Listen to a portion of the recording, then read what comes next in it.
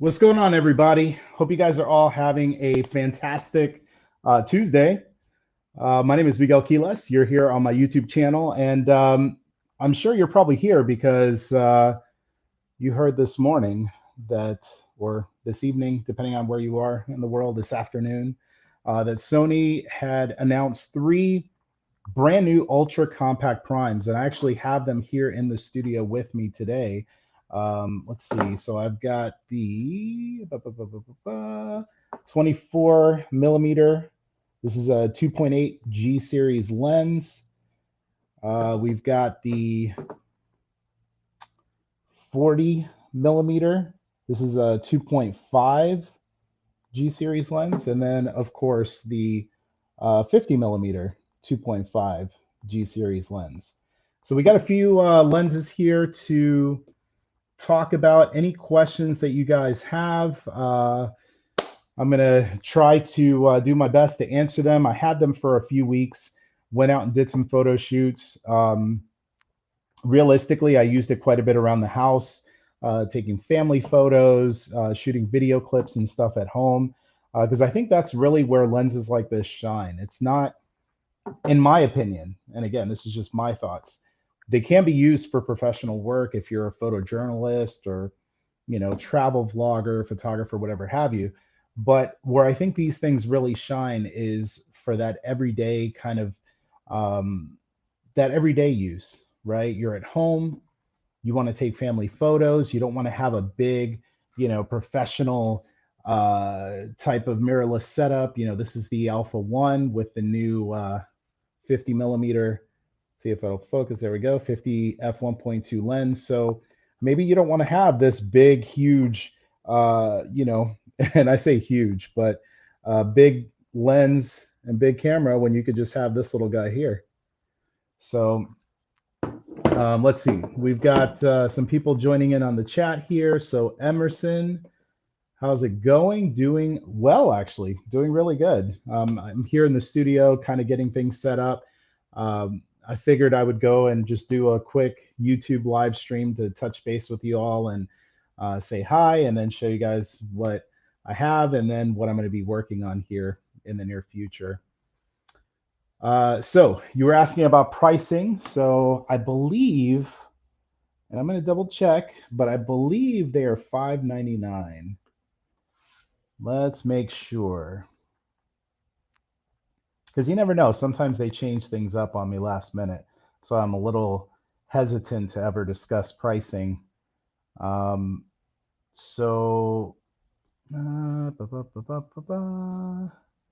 Just check out B&H. So BH photo.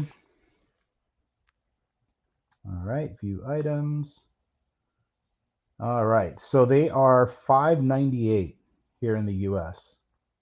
You could actually pre-order them right now through B&H Photo. So Mr. Camera Junkie, how's it going?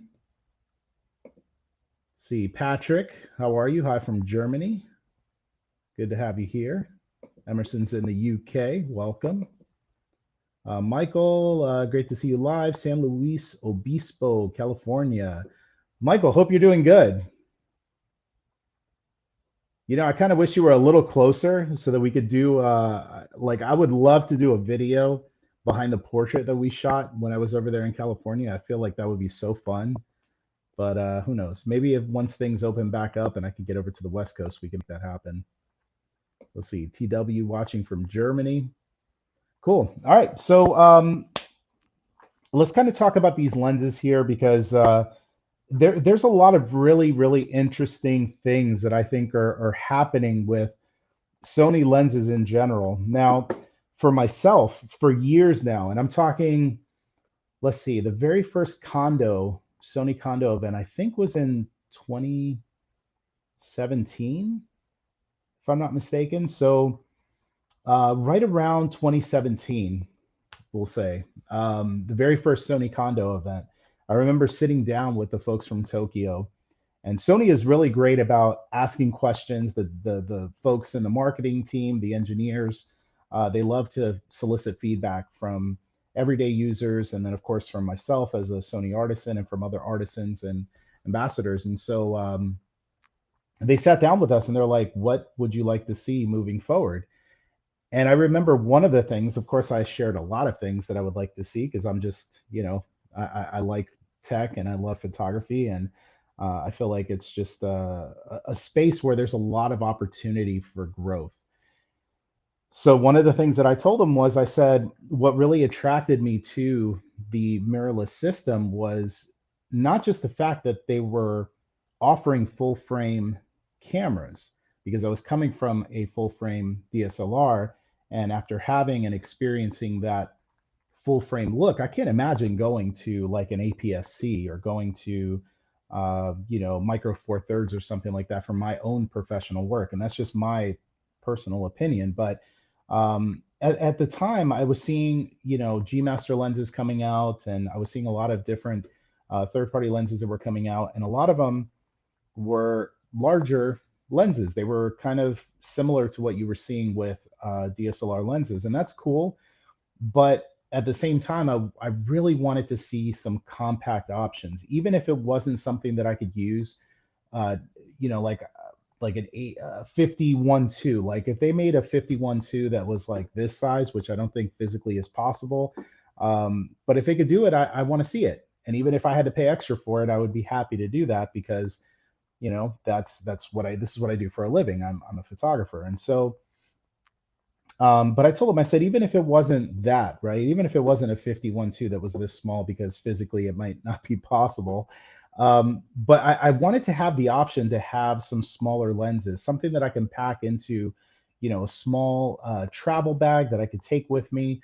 And I told them, I said at the time, the 35 millimeter 2.8 was a lens that I didn't hear a lot of people talking about, but I used it all the time. And even up until these came out, I was using my 35 2.8 as my everyday walk around lens. So if I would go out, for example, for an outing with the family over the weekend, we'd go to a park or a playground or whatever the case might be. The lens that I would take with me just about 99% of the time was the 35 2.8, because I didn't want to have like a heavier, big setup that's going to be swinging around. I'm chasing after a 3-year-old. I don't want to have something heavy that's going to hold me back. And so that was the thing. I wanted to have a set of lenses that was a little bit smaller, and I told them, I said that 35 2.8 was like the prototype for me. Like make more lenses like that in different focal lengths, and I know for myself I would be really happy to use those. And Sony, kind of in typical Sony fashion, they heard that, and then they kind of one upped it, really like 3 or 4 upped it, if that's even a thing. And the reason why I say that is because what they ended up doing, let me see if I can hold this thing up for you guys to see. Oh, there we go. So what they ended up doing was they took some of the things that you see in the G Master lineup. Like, for example, they have the Aperture Ring, which to me, I was like, there's no way you could put an Aperture Ring on, a lens that is this small. And I'm going to take the lens cap off because I feel like you can't really tell. So to be able to put an Aperture Ring on this thing, to me, is just like insane. Then, taking that a step further here, and I see in the comments the 20 millimeter 2.8 APS-C. Yeah, a lot of these smaller lenses, like they're really nice, but with this G series lens, being able to have that aperture ring, and they included this little focus hold button. Of course, it's miniaturized. You have the autofocus and manual focus switch. And then on the back side, you even have your, let me flip that upside down. You have your click. So you could declick your aperture ring. So that way it doesn't make all the clicky sounds when you're, switching your aperture. So to me, it's like they took like all of the features I think that people have enjoyed with some of their other lenses, and then they just put it into this very, very, very small lens.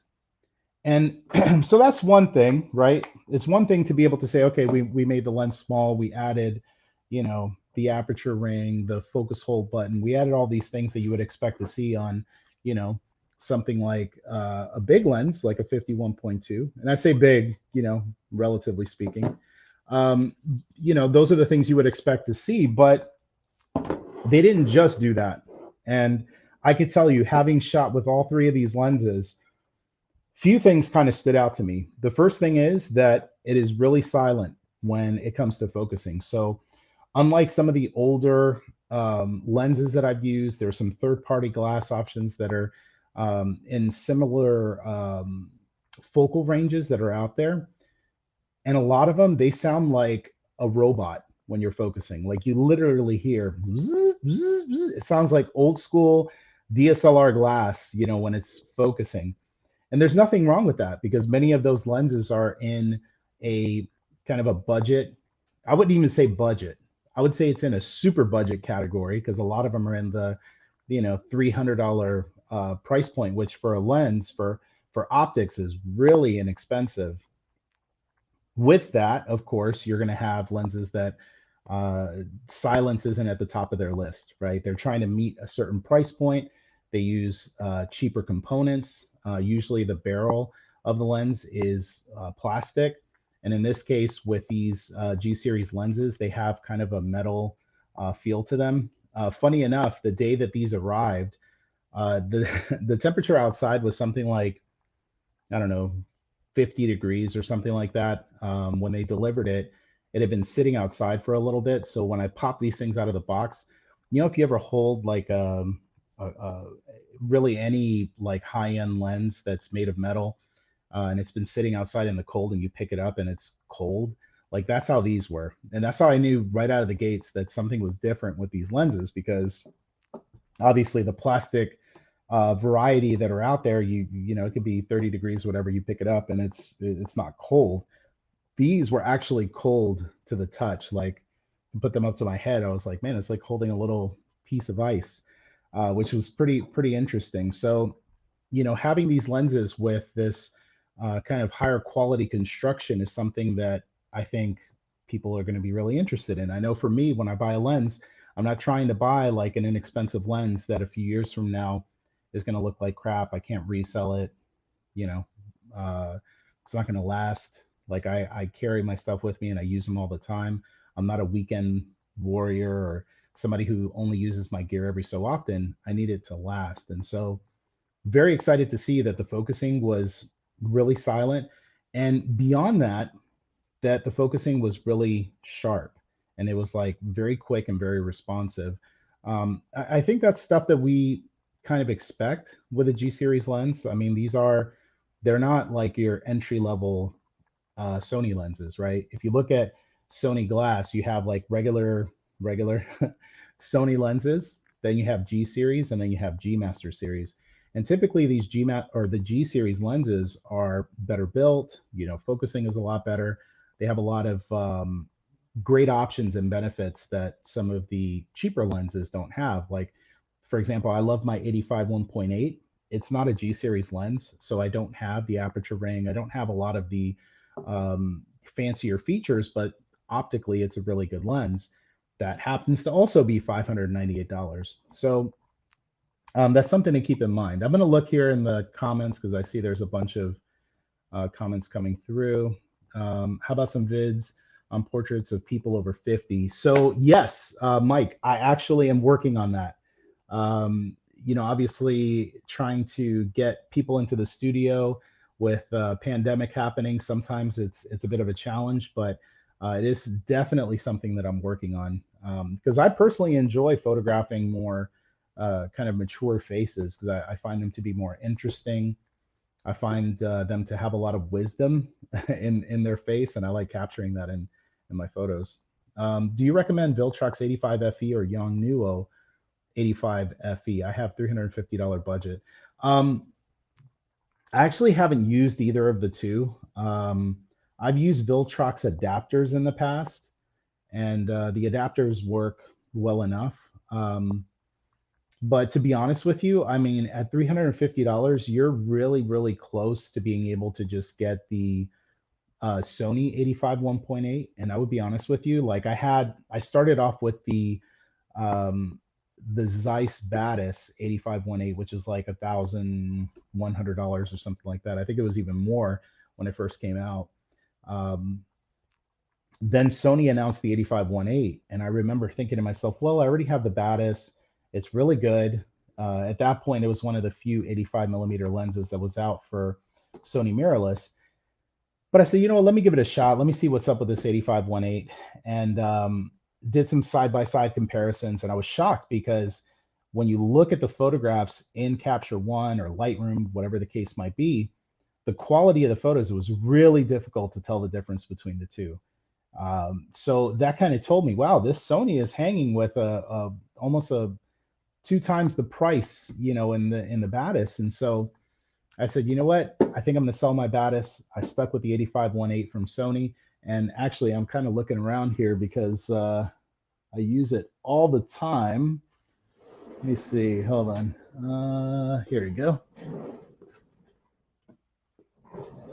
So this is the 85-1.8. And I want to say this thing usually is around $5.99 or something like that. But Sony runs promotions all the time on these lenses, so they oftentimes will do like $50 off. But to be honest with you, if you've got 350 already and you're considering between the Viltrox and the Yongnuo, in my opinion, save your money. Another couple $100, you have the Sony 85-1.8, and this is a lens that literally, I don't know when this came out. This must have been, if I had to guess off the top of my head, 2018. That this came out, and I still have it. I mean, it's the same lens that I've been shooting with since it was announced and released, and it still works, and I still use it all the time. Like, I almost prefer using this 85-1.8 over the 1.4 G Master, mainly because when I'm shooting, especially when I'm doing outdoor shoots, I try not to carry heavy stuff with me. And the 85-1.8 for me is just like the sweet spot for just weight and optical quality. It's just really good. So I would say save your money, but if I had to choose between those two, I don't know. I haven't used either of the two. I imagine they're probably not that much different. So yeah, it's a little tough to say. I can't really say for sure. Mr. Camera Junkie says, I agree the A7C with those new lenses seems like an ideal setup. Yeah, I mean, you know, I've got the A7C here with me right now. So, you know, you take, let's say this 24-1.8, you know, and you've got yourself like a really nice compact little, let me put this up here, you know, nice compact little camera setup. And you've got your flip screen and everything, which is cool. So you can get those low angles, those high angles, whatever the case might be. But yeah, I mean, this is actually what I shot the, so it wasn't the 24, I did it with the 40, but I have photos with all three lenses that I'm going to be posting on Instagram here pretty soon. But if you check out my Instagram today, I have one that was taken with the 40 2.5G. And all three lenses, I felt like I got at least 2 or 3 really good shots as we walked around downtown Winter Park. And they all performed really well. I was actually, you know, again, for me, for portrait stuff, I tend to want to shoot at the higher focal lengths. So the 40 and the 50 for me were really good. I was actually surprised because I think maybe on the surface, there's going to be people who say, well, 40 and 50 is not that much different. Why didn't they space it out a little bit more? I'll be honest with you. In most situations, I was walking around and let's say I had the 50 on and I'm like, oh, this 50 is a little bit too tight. So I take the 50 off, put the 40 on, and I end up getting like the perfect perspective in certain situations. And then it happened the flip way very often as well, where I'm shooting with the 40 and I'm like, ooh, I need a tighter shot. So I put the 50 on and it was just tight enough to get me the framing and the look that I wanted. So even though on paper 10 millimeters doesn't seem like very much, it actually makes a pretty big difference when you're walking around and taking some shots. You know, I think it really boils down to the individual as far as which one they prefer better. But either of these two lenses paired up with an A7C or even paired up with like an A7 III or an R4, A7 II, like any of the, you know, the mirrorless bodies that we've been used to shooting, it still looks really good. You know, this is the A1 with the 40 f2.5. So let's see if I can block. There it goes. So, and that's again with the lens hood on it. So, you know, without it, I mean, that's nice. It's compact. It's small. So, you know, I know the A7C is going to be obviously kind of the setup of choice for people who are, you know, wanting full frame. They want to travel. They want something lightweight. That combo is going to be really nice. Or rather the A7C. But you can use your regular professional cameras like the A1 and the R4, pair them up with these lenses as well if you want to, you know, walk around and get some really high quality stuff too. So let's see. Zali says, "Hi Miguel. How does these optically keep up with G Master Brothers?" So I mean, I have the 24 G Master, and I think the 24 G Master is actually what's filming me right now, or else I would pull it off my camera. So I shoot a lot at 24. So if you've seen any of my live streams here on YouTube, pretty much all of them I'm filming with the 24 G Master lens. So it's a favorite of mine. How does it compare? I mean, it's much smaller. I mean, much smaller. So, you know, performance wise, it focuses fast. Obviously, you have an f1.4 aperture on the 24 G Master, and you're paying for that premium. But I think for most situations, I found myself with the 24-2.8 being perfectly fine shooting outdoors. I think if you're shooting outdoors in low light situations, then of course there's a big difference between f1.4 and f2.5. But I think for daytime shots, it's perfectly fine. Yeah, I mean, how does it keep up as far as like the 50 and the 40? Performance wise, it's going to keep up really well. Image quality wise, I was super surprised because they are sharp.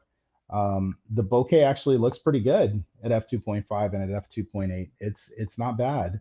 I think if you've seen the bokeh from a 24 to 70 G Master or a 16 to 35 G Master, or any lenses that are in kind of similar focal lengths, you're going to see that the bokeh looks pretty good. So they stack up well, but they're not really.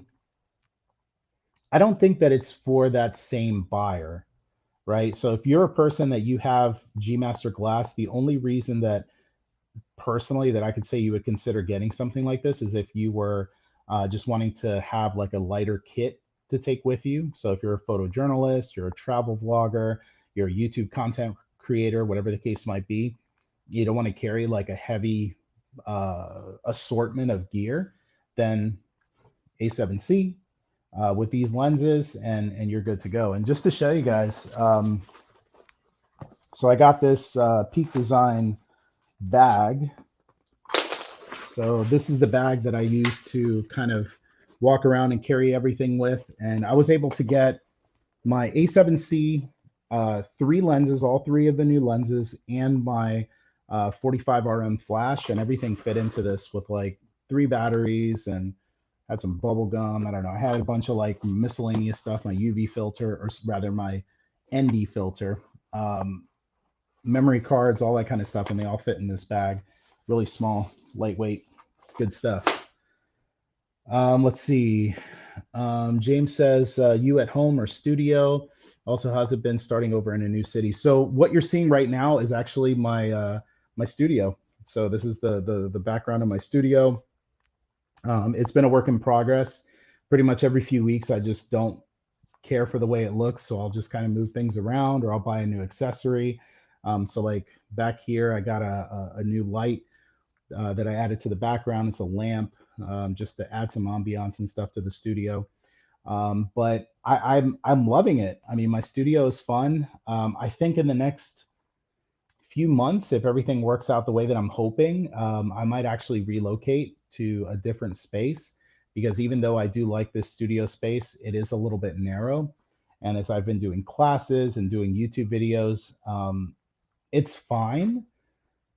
But the problem is that, let's say right now I'm doing a YouTube live stream, I'm talking to you all, we're catching up, and then let's say I have a photo shoot in an hour. Well, this can't stay here, because if it does, you're going to have people that have to walk around the table, and lights and microphones and all kinds of stuff, and it's not it's not like it was in my studio in New Jersey where I could actually have a corner that's dedicated just for me shooting video, and then I could have my studio where I'm shooting stills. Essentially, every time I shoot, I have to shoot, and then I have to move everything and put things away and set up the new stuff for shooting stills, and so that it makes the process a little longer than what I would like it to be. But you know, I'm not complaining. I'm fortunate and very blessed to have the opportunity to have a studio space and a place where I can keep all of my equipment and my gear safe. And you know, so I'm definitely happy for that. Starting over in a new city has been interesting, mainly because it's happened during COVID. You know, I actually grew up here in Orlando. I actually started my photography business here in Orlando, Florida. So all my family, all my friends are here. But because of the pandemic, it's like I moved back and I almost don't, I mean, everything is familiar, but at the same time, it's like not what I expected it to be because I kind of expected to come back and have, you know, those old connections and old friendships kind of just pick up and keep going. And unfortunately, because of the pandemic, we haven't been able to connect. So starting over has been a little bit tough, but at the same time, a lot of great opportunities have come up. A lot of you know, business is good, so I'm happy for that. And it's going to continue to be good going into 2021. So loving it, loving it. Um, let's see, Samuel Jacob, would you go for 135-18 GM or the 51-2? Already have 55-18 and 85-18 Batis. Oh man. Oh, ho, ho, ho. So if we're talking about shooting portraits, um, man. So here's the thing. The 51-2 is really nice. Like it is a really good lens. It does things that I don't expect out of an f1.2 lens. Usually, and I said this in my video, but 51-2 usually is not the sharpest. As far as rendering your subjects, it's usually not good at getting your subjects sharp because it's an f1.2 lens. But the G Master does a exceptional job. But with that being said, I just ever since the 135 came out, which I think was in 2018, I have not been able to put it down. Like it is easily like in my top three most used lenses at this point for shooting portraits. I love the look of 135 for shooting close-ups, for shooting full body, pretty much anything. Any excuse that I have to shoot with the 135, I use it. And then of course with the pandemic and social distancing, the shooting with the 135 makes that really easy. So for my style of portraiture, I'm going to answer this by saying with my style of portraiture, I would prefer the 135 G Master. However, if you are shooting outdoors, you're doing a lot more, you know, available light shooting, you're shooting in low light situations. A really strong argument could be made for that 51-2. It's a really good lens. For me personally, I'm going to own both. I already have the 135, and as soon as the 50 becomes commercially available, because this is a loaner, so I have to send it back. Believe it or not, as a Sony ambassador, they don't give you, generally speaking, they don't give you lenses for free. They give you a loaner. You shoot your stuff with it. You shoot your videos, your stills, whatever the case might be, and then you put it in a box and you send it back. So that's what's going to happen with this 51-2. But once it's commercially available, I already have my pre-order in, so I'm hoping to be able to get my hands on it. And there's going to be a good excuse and good situations where one might be better than the other. Environmental portraiture, for example, you probably would prefer the 51-2. But again, for me, for my style of shooting and for what I shoot more of right now, I would say the 135 is still, man, it's still the way to go. It's so good. Let's see, we got a lot of comments here. Camera Junkie says he loves his 85-18. Lighter and outdoors, I stopped down also. Yeah. I mean, some of my favorite photos that I had taken were with the 85-18. When I went back through the exit data, I was like, holy cow, that's crazy. TW says the new G lenses are also a great choice for APS-C shooters. Perfect match for the A6600. I agree. Funny enough, so you're talking about APS-C. So I don't have an A6600. I have the A6500, so still similar. But you guys see 35-28. So this is, again, when I'm going out over the weekend, I don't want to have like a big heavy and I'm saying this kind of tongue in cheek, but I don't want to have like a heavier setup, right? I don't want to bring my full frame with some heavy lens. Like my 35-28 is what I would take with me.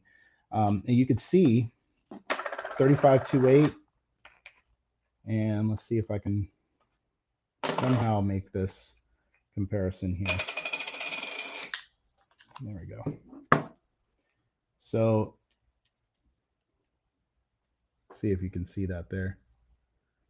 So putting these side by side, you've got maybe about 1/4 of an inch of difference with the G series lens. However, the 35-28 doesn't have any manual focus switches, no aperture ring. You can't declick it. It's literally everything is within the camera body, as opposed to these smaller lenses now with the aperture ring. It didn't have a focus hold button. You've got the focus hold. Let me hide there. Let's see. Hold on. It's always tricky getting this thing. There we go. So the autofocus and manual focus, focus hold, aperture ring, declick. I mean, it's a whole different ball game when it comes to using this type of lens. So it's still, again, on a APS-C body. I have my eyes there. There it is. So nice, small, compact. So yeah, it's a great option to be able to use it for APS-C. It's a great option for cameras like the A7C. There's a lot of flexibility to be had there for sure. Let's see. Dante Padre. These new lenses seem to pair nicely with the A7C and the APS-C camera bodies. I definitely see them more for street travel and video film work. Yeah, I agree with you 100%. I think that's where these smaller lenses are really going to be kind of interesting for people, is those folks that are out there that are going to be taking these things with them. They want something that's lightweight, but that gives them a high quality result.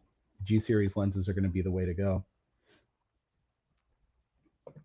I would be interested to see how they compare to the Sigma and Tamron primes, aside from their compact size compared to those third-party offerings.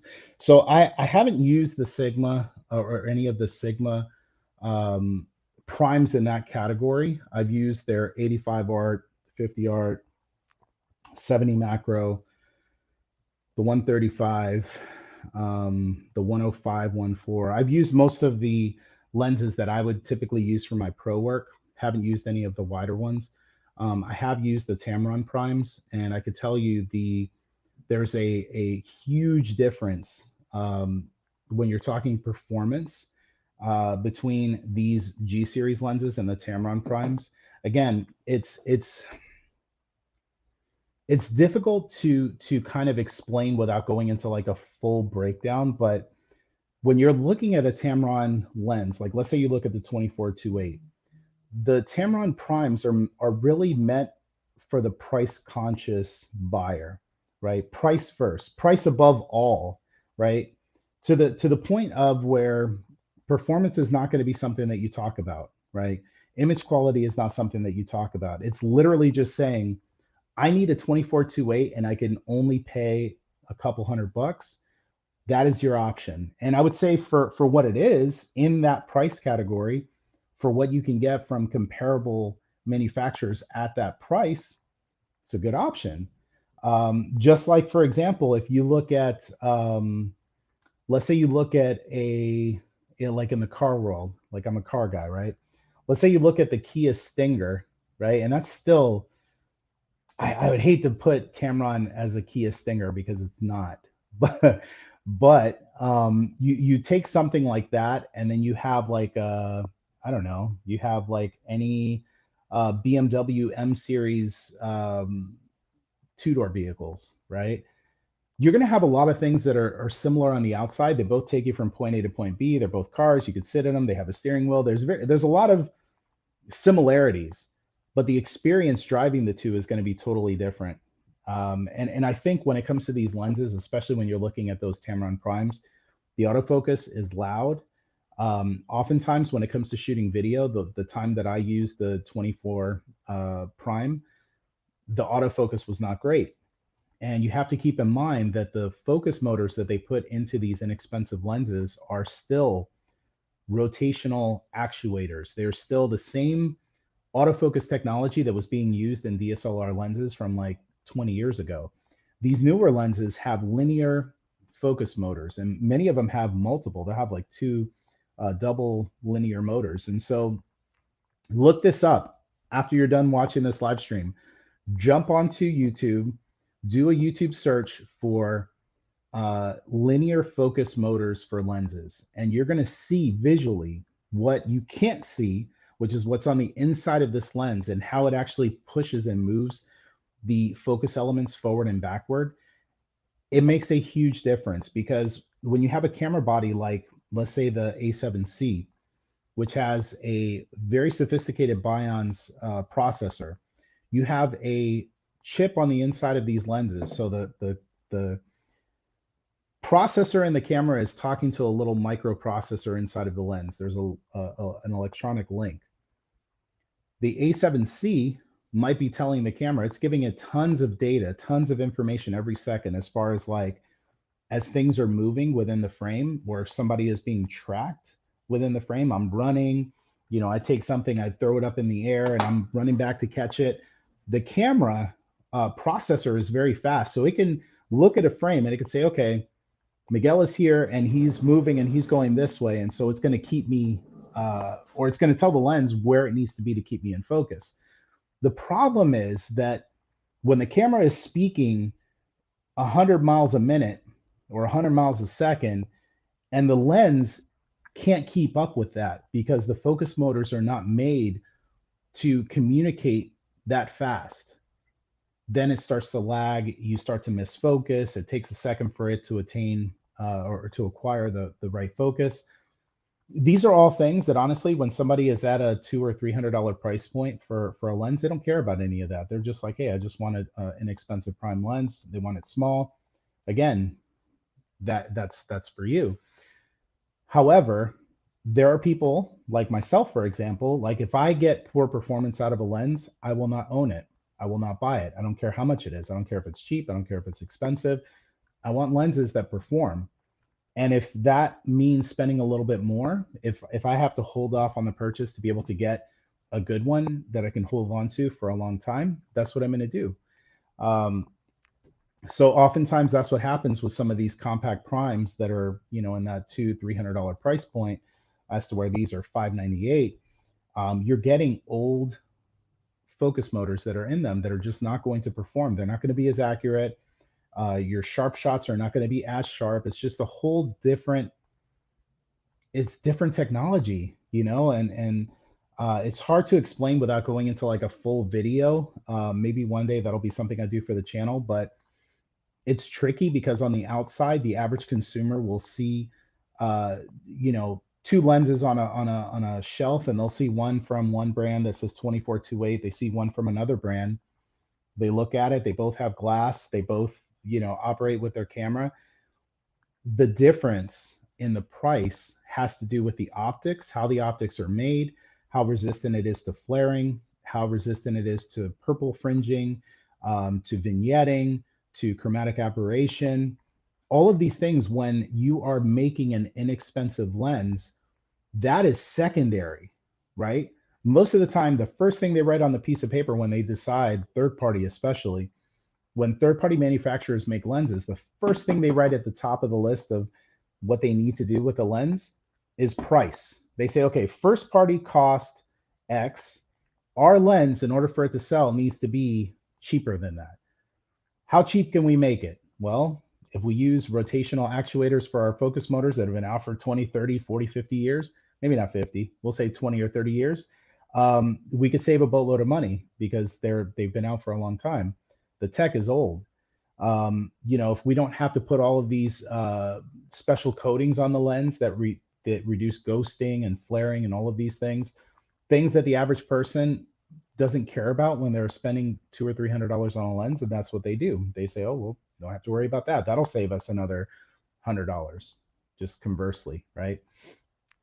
So I feel like that's what happens oftentimes with third-party lenses, and that's part of the reason why, for me, in my personal kit, I only have a handful of third-party glass that I use today, and most of the time, the third-party lenses that I own and that I use them because there's not a first-party equivalent, you know. And maybe when the first-party stuff comes out, I would look at it and decide whether or not that's the route I want to go or not. But yeah, when it comes to this, specifically the Tamron primes, I haven't tried the Sigma, so I'm going to hold off on saying anything about those. But generally speaking, Sigma and Tamron do not put the you know, newest coatings. They don't put the fastest focusing drives into their lenses. And as a matter of fact, Sony right now, and I'm not saying this as like a Sony fanboy or anything. Again, you can look it up. If you don't believe me, just search it.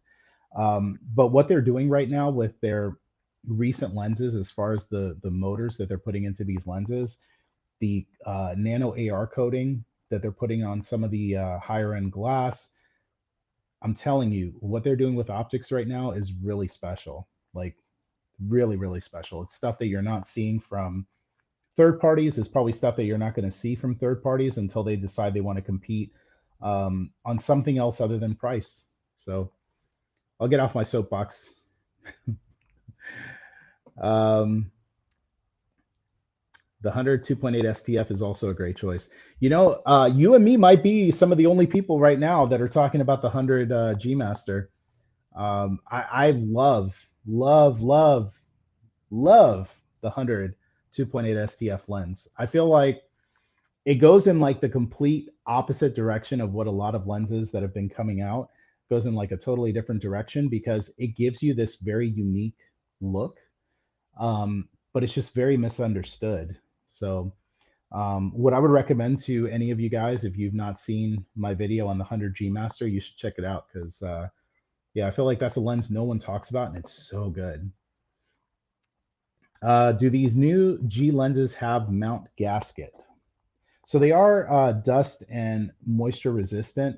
I'm going to hold this thing up. I don't know how this is going to work here, but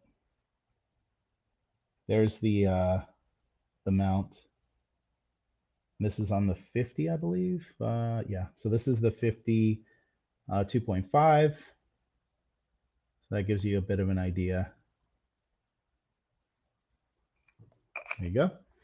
Hamad, I love the 135 GM for sports and portraits. It's fast and sharp. I can't wait to go back to basketball courts. Yeah, man. You know, I filmed a video for Alpha Universe. If you guys want to see a 40-year-old man in jeans trying to shoot around and play basketball on like a 90-degree, 100% humidity day, check out Alpha Universe and watch the video I made for them on slow motion. I think it was like S&Q mode, and we went to the basketball court, and there was only like 2 or 3 people on the court, but I just went out there to kind of demonstrate how the slow motion features work, and oh my goodness, it was so hot that day. It's crazy. I hope that we can all get back to basketball courts soon. Angel says, Dale, when's the giveaway? Well, I got to get these for me to be able to give them away. So, yeah, who knows? Maybe one day. Joseph Chan, how's it going? Sounds like great lenses. Yeah, they are really interesting lenses for sure. Roy says, need retouching video. So I have a video that I'm working on. I'm hoping, and I say this, I feel like it's like a broken record. I have a bunch of videos that I'm working on. One of the videos that I'm working on is a retouching video, getting into some of the specific techniques that I use for retouching my portrait work. But I would love to know let me see, what specifically would you all be interested in watching to hear or wanting to hear from me in regards to retouching? Because I feel like part of the reason why I haven't made a retouching video, one of the big reasons, is because I feel like there's so many great resources on retouching that, uh, like when I started, that weren't available. There's just so many good ones out on on YouTube and on Skillshare. Like there's a lot of great retouching resources. So I would love to know specifically, what do you want to hear about retouching from me, so that I can keep that in mind whenever I uh, make my videos. But I do have one already that I'm going to be making. So, and then of course, I also have my dramatic portraiture 101 tutorial, which I still say is kind of like my magnum opus. You know, a lot of the techniques that I used in that video, I still use with my portraits today. Um, and I believe it's still showing on the website for $89.99. And that has 4 different ways that I retouch my photos. So if retouching is something you really want to get into and you don't want to wait for me to, come out with one of the steps in my multi-step process of how I retouch, just get the tutorial. It's 89 bucks. You get 4 different photo shoots and you're seeing from start to finish. Here's the challenge, and this isn't like a sales pitch for my dramatic portraiture, but I want you to understand why I'm a little bit leery on just straight up tutorials for retouching. The trick is that if you don't shoot the image in the same way that I shoot it, me showing you how I retouch it, it's of value, but it's of less value, because oftentimes the magic of how an image is created, it's created when I take the photo. And then when I get into post, when I get into Capture One and then take it to Photoshop, and then if I use third-party stuff, um, that's all just tweaking an image that's like 80%, 85% of the way there. Um, I think what a lot of people kind of are surprised by, and they even see it when you get my tutorial. You'll see, like, you see the entire photo shoot, the gear that I chose, why I chose, whatever gear it was that I chose. And when you get to the point of the retouch, it's like you see the photo, and then if you fast forward, you scrub through the tutorial, you get to the end, it's like, it doesn't look that different, and I think people are surprised because they're expecting the raw image to look bad, I guess. I don't know, like to not, maybe for it to be 50% of the way there, and then you use post to take it the other 50. I know when I started in photography, that's what I would feel was common. I felt like I would take a photo that looked okay in camera, and then you get it into post, and that's where all of a sudden it becomes something like professional and it became good. But what I realized after a few years of shooting was that I would look at my photos in camera and I'm like, dang, that looks done. And that's what you want. You want it to look done in camera. And then when you take it to, Capture One, you're adjusting the exposure a little bit. You might be color correcting. You might be doing some color grading. You're cleaning up little stray hairs. You're, taking aim and specific care at things within the image that might be distracting. But you're not taking an image that doesn't look good and all of a sudden making it into this like award-winning image. So um, yeah. So if you want to see the before or the entire process of how I shoot, dramatic portraiture is still the way to go. And it's compared to other tutorials that are out there, I mean, it's a crazy value. And that's on miguelquiles.com, by the way. Just go miguelquiles.com, click on store. That'll take you to my Shopify store, and that's where you would get the tutorial. Angel says he had the 135 f2. It was beautiful. Yeah, I owned the 135 f2 back in the day. I would say that was probably the one lens that I missed the most when I started shooting with Sony mirrorless. And, as has been the case along the way, when Sony finally made that 135 G Master, which is faster, it's an f1.8, but it's so good and it performs so much better than that f2 that I don't even know. Like now thinking back, I was like, man, that f2 was like remembering like my first car in high school. Like in high school, it was a big deal. I had a 1995 Camaro. And what's funny is I was all hyped up when I got this Camaro, right? It had T-tops. It was a beautiful car for its time. Um, but they actually had two V6 models. They had a 3.4 liter V6 and a 3.6 or 3.8 liter V6. And of course, me not being a car guy at the time, because I'm just a high school kid, um, I got the one with the 3.4 liter, and it stunk, man. It was like, it was nice, but performance wise, the car was like not very fast, even though it was a Camaro. And all of the aftermarket parts were made for the step up, the model that's just above it, the 3.8 or 3.6, whatever the next engine was. Like I couldn't find anything for the 3.4 liter at the time. It was so annoying. Um, the 135 F2 kind of reminds me of that. I don't know where I was going with that, but kind of reminds me of that. But we need a new 85 GM. The Sigma is so good.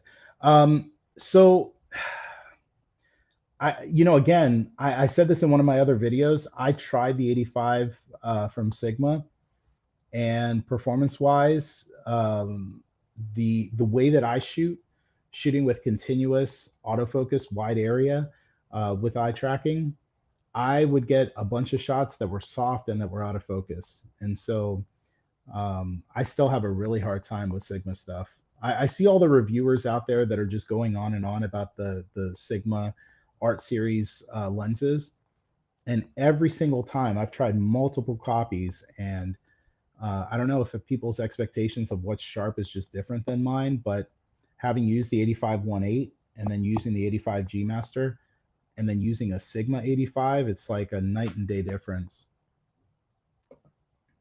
Arturo was saying everything start to finish, man. You're great. Thank you. Thank you. Yeah, like I said, I mean, honestly, the best way to do that today until I can, get these videos cranked out. I spent 6 months making that dramatic portraiture 101 tutorial, and it literally is start to finish. Not just start to finish, but it also includes modifiers, light modifiers, which ones I like to use, why do I use certain light modifiers over the other, all that good stuff. So Dante says, thanks for taking the time to chat with us. My pleasure. My pleasure. Happy to do it. Let's see. Royston says the Viltrox 85 FE is absolutely amazing quality, and images it produces. Reviews on YouTube have shown it's virtually as good as the Sony 85 at half the price. All right, so I'm going to share a little secret with you guys. I'm not doubting that, right? I'm not going to doubt it because I haven't used it, so I don't know. But when I read reviews on YouTube have shown it's virtually as good as the 85 at half the price, I'm going to fill you in on something. And I've said this before in other live streams, but I'm going to say it again for the purposes of those who did not watch the specific live stream that I can't remember right now. When it comes to YouTube, there is a economic side of YouTube that I think is not understood. So let me put myself not as the professional photographer, not as the Sony artist, and let me put myself in the shoes of a YouTuber, because you're watching this right now on YouTube. This is a YouTube video, so I'm going to put myself in YouTuber creator mode, right? It is much easier, and the way that people make a living on YouTube is not by getting paid by camera companies, because they don't pay you. They don't need to pay you. They have outlets that are out there that they could send the gear to. They'll make the videos. There's no money, no gear exchange. They don't pay you to create anything, stills, videos, promotions, none of that stuff, right? So you don't get paid by the camera companies. You don't get paid by most companies to create the content that's made on YouTube. The way that content creators survive on YouTube is through affiliate programs. Anytime that you watch any of these review videos, if you go to the description of the video, you are going to see Amazon affiliate links, B&H affiliate links, Adorama affiliate links for whoever the service or product might be purchased from. If you could imagine, if I was to do a video, for example, comparing the 85-1.8 from Sony versus 85-1.8 from brand fill in the blank, that happens to be half the price. If I can show you that they are virtually the same, you are far more likely as a viewer to buy the inexpensive option than the more expensive option, even though in reality, I might be looking at the two and it's clear to me that the more expensive one in every way, shape, and form is better. But the narrative serves me financially if I was to tell you that the cheaper lens is actually almost as good as the more expensive lens. And those videos tend to get shared more. That narrative gets to be pushed out more. I think that was the same thing that happened with Sigma back in the day with the art series. We're talking when, the DSLRs, first party lenses rule the world. When Sigma came out with their art lenses, there was this narrative. And I remember before I started shooting Sony, I remember hearing it from multiple people. Oh, the art series lenses are like just as good, right? Just as good as the DSLR first party options. And I remember testing them out and I'm like, not really. Like they're good for the price, but if you've ever used a first party lens, it's not as good. Like they're on paper, they look the same.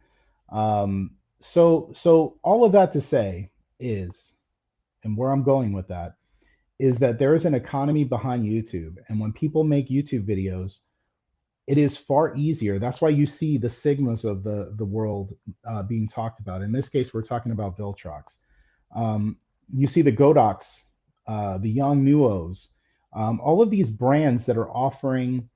They're not even third party. To me, they're like fifth party, right? Like to me, first party would be the brand. Like say in this case, if we're talking Sony, like Sony is first party, Canon's first party, Nikon's first party, Panasonic, Fuji, Olympus, Pentax, right? Third party to me would be Tamron and Sigma.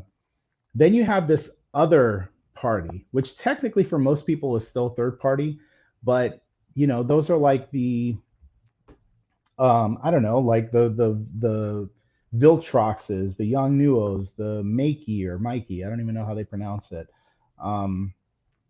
Seven Artisans. There's this other like subcategory where it's like it's even cheaper than the third party stuff. So all of that to say that, just be careful. When it comes to like these YouTube reviews specifically, when they start telling you, oh, it's just as good. And I see it all the time. And a lot of these people who are making the videos are friends of mine. They're people that I know, talk to them all the time. They're not using those lenses on their own time, right? That's part of the reason why you see so many Apple videos, right? There's a lot of people out there buying Apple. And if I can get you to buy an Apple product by coming to my video where I talk about how I use a Mac Mini for my photography, you're more than likely going to buy a Mac Mini or a Mac product, and maybe you buy it through my affiliate link, and that's how I make money. That's how I get afford to be able to continue to create content. So I'm not saying there's anything wrong with, testing out third-party stuff, but I feel like when the narrative becomes it's virtually as good or it's almost as good, it just reminds me a lot of like when I was a little kid and my mom used to get like, I used to like drinking for like name brand soda, which I'm trying to break the habit, but and I say that trying to break the habit as I have like a mellow yellow here on the table. But she would end up going and buying like instead of buying Coca-Cola, she would buy Czech Cola. I don't know if they have Czech Cola where you live, but to where a 12 pack of Coca-Cola might have been, growing up was like $3 or $4. Czech Cola would be like $1.99 for a 12 pack. It's like half the price, sometimes less than half the price. And I remember she would bring them home and they would just sit there because I've had them before. They are cola, but they don't taste like Coca-Cola. And to me, I would rather just buy the Coca-Cola because it tasted better. Like that's what I wanted. And instead, I get Czech Cola. And I remember my mom telling me, "Oh, you're being ridiculous. It's just as good as Coca-Cola." And I'm like, "No, it's not. It's Czech Cola. If it was just as good as Coca-Cola, it would be called Coca-Cola, Mom." So I'm just saying. Viltrox to me is like Czech Cola. Oh my goodness. I'm just being silly. Hamad, more lighting videos with model. Yeah, so I have that coming as well. Definitely a lot of that coming. Mr. Camera Junkie, fix it in camera, finesse it in post. I like that. I like that. Yeah, I mean, that's the whole idea, right? You want it to be like high quality. You want it to look good in camera. And then once you take it into post, you start finessing it, right? So I agree. Can you do a live photo shoot? So the answer to that is absolutely yes. This past weekend, I actually did a live photo shoot. It was a dealer event. I forgot which dealer. Um, it'll hit me at some point, but did an entire photo shoot live using the 51.2 here in the studio. And then this upcoming week, so this Saturday, I'm going to be doing a retouching of the photos that I shot on Saturday. And so all of that to say that it was kind of a dry run to figure out and see what gear I would need to be able to do like a professional live stream here at my studio. So off camera, I don't know if you could see, where's my hand? Here in the corner, you see these lights. So I have a, turns out to not be the right device for what I need for YouTube, but I've got the Blackmagic A10 Mini. And this is great for being able to switch cameras. You could hook up basically 4 different devices. And what I did during the live stream was pretty gangster, because what I ended up doing was I had my laptop, which had Capture One, was running to the Blackmagic device. I had one main camera that was wide on my studio. I had a second camera that was on the opposite side of my studio. And then my friend was actually here at the switch. So you're able to basically use this device. So let's say camera one is like the wide angle of the studio, right? You could push 1, you're watching the wide angle. You press 2, that would show you Capture One on my computer, and you can see the pictures as they're coming through, what the results look like. Push 3, that switches you to the wide angle. And I forgot the 4th one. I actually had the live view from my A1 that I was shooting with going into this device. So you could actually see what I was seeing through the viewfinder as I would take the photo. The setup was awesome, and it worked great for Zoom. Tried using it just now for this live stream to be able to do something really similar where I could switch angles and stuff like that. And unfortunately, the A10 Mini does not work with the software that I'm using right now to stream with. So I have the A10 Mini Pro ISO, I believe is what it's called, which was significantly more expensive, but it's going to be here tomorrow. And so I might end up doing a test live stream tomorrow here on my YouTube channel just to test out the equipment and just see how it works. But the answer to that, yes, I can do a live photo shoot. The problem is in the technology and being able to stream that, because unfortunately this box that I have right now does not work with the software that I'm using to live stream. And but the new one that should be here tomorrow, supposedly it should work.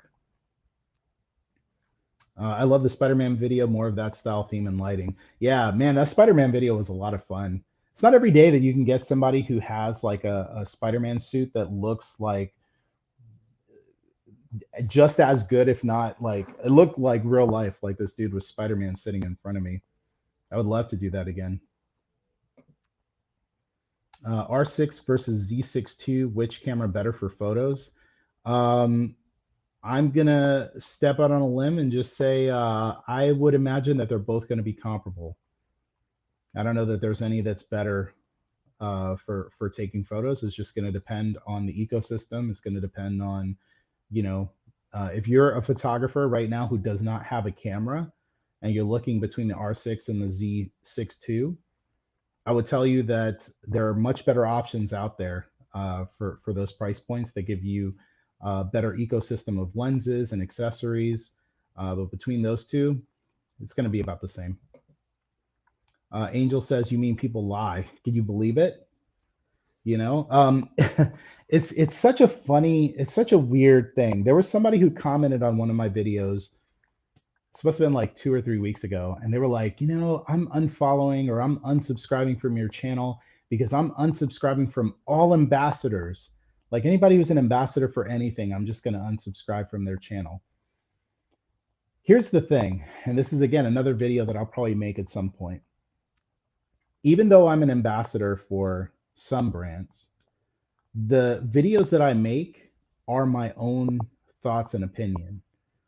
If I see something that is not good, so much so that it makes the product garbage or a poor experience to use, you will not see me make a video about that product. I don't care if I'm an ambassador. I'm an ambassador for a bunch of brands, and there's a bunch of products that have come out from a bunch of different brands, and I haven't made videos on those products. And part of the reason is that sometimes I try the products and I don't like them. They're just not for me. And for me to make a video about something that I don't like doesn't make sense, right? Because then I'm going to get on the video and be like, okay, here's this thing. Not really super crazy about it, but you know, if you want to get it, go ahead. Like, what's the point of making a video like that when there's so many things that I do like, and I'd rather spend my time talking about the things that I actually use and the things that I enjoy using and that I like. Um, so when it comes to me with content creation and with talking about products, talking about lenses and cameras, if I don't believe in the products that I'm talking about, I'm not making a video. I don't care what the scenario is. I don't care if I'm being asked to. There's been plenty of times where I've turned down making a video about a product or a service, software, whatever the case might be, because I didn't care for the product or didn't care for the service. Um, there's been times where I've sent things back. You know, a company will send me something, hey, can you make a video on this? And I'm like, yeah, that looks cool. Because on paper, which a lot of people, when they make their videos, they're just looking at something on paper and it looks good.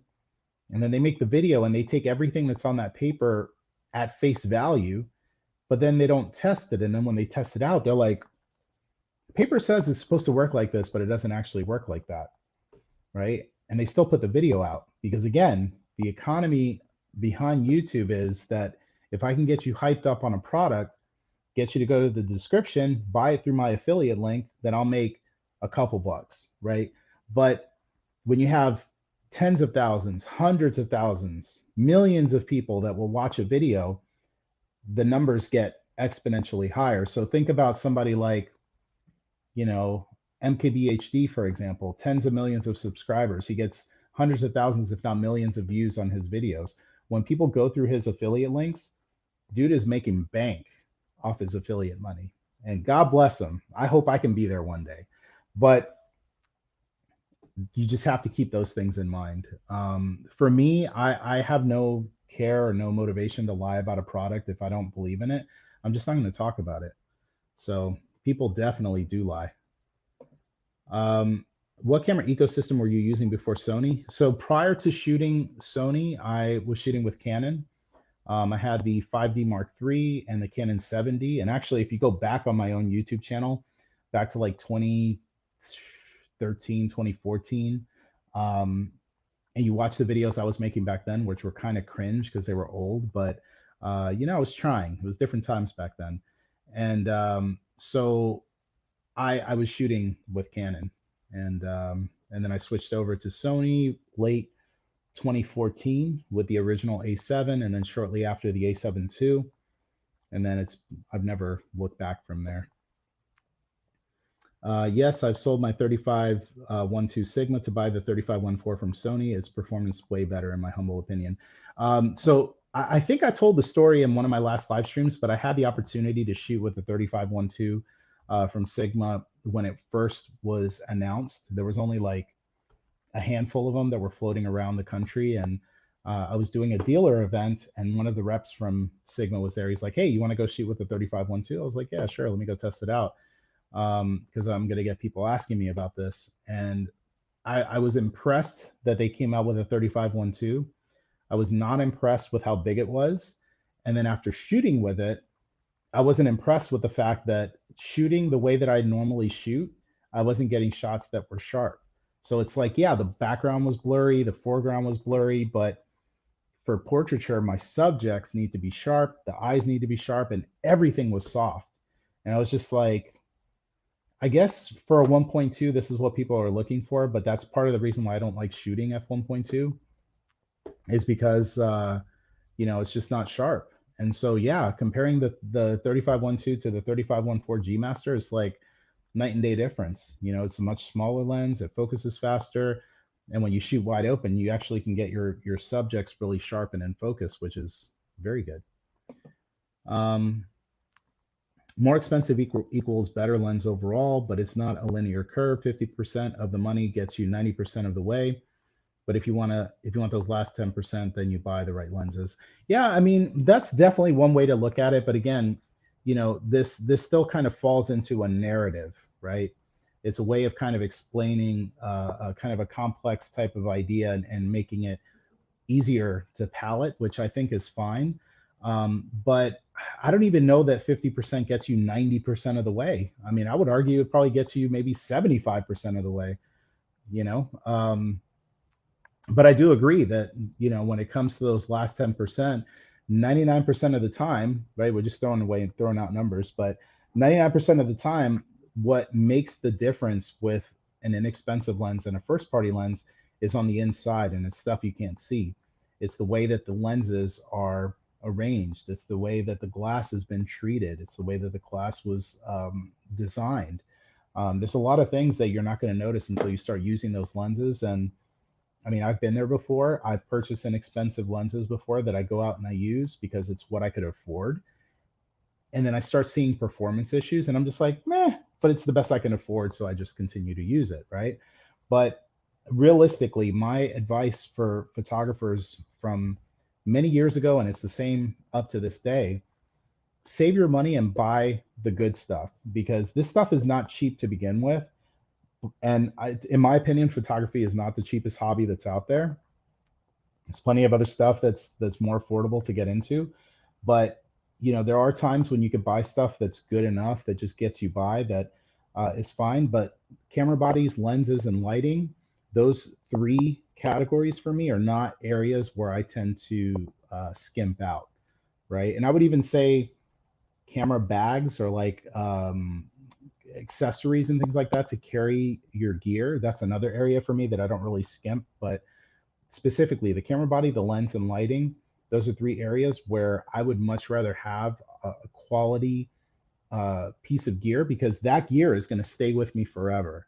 Like, so long as I continue within this system, which I'm going to continue within that system for the foreseeable future, I want to have gear that I can rely on. I want stuff that's going to be there, that's going to work right.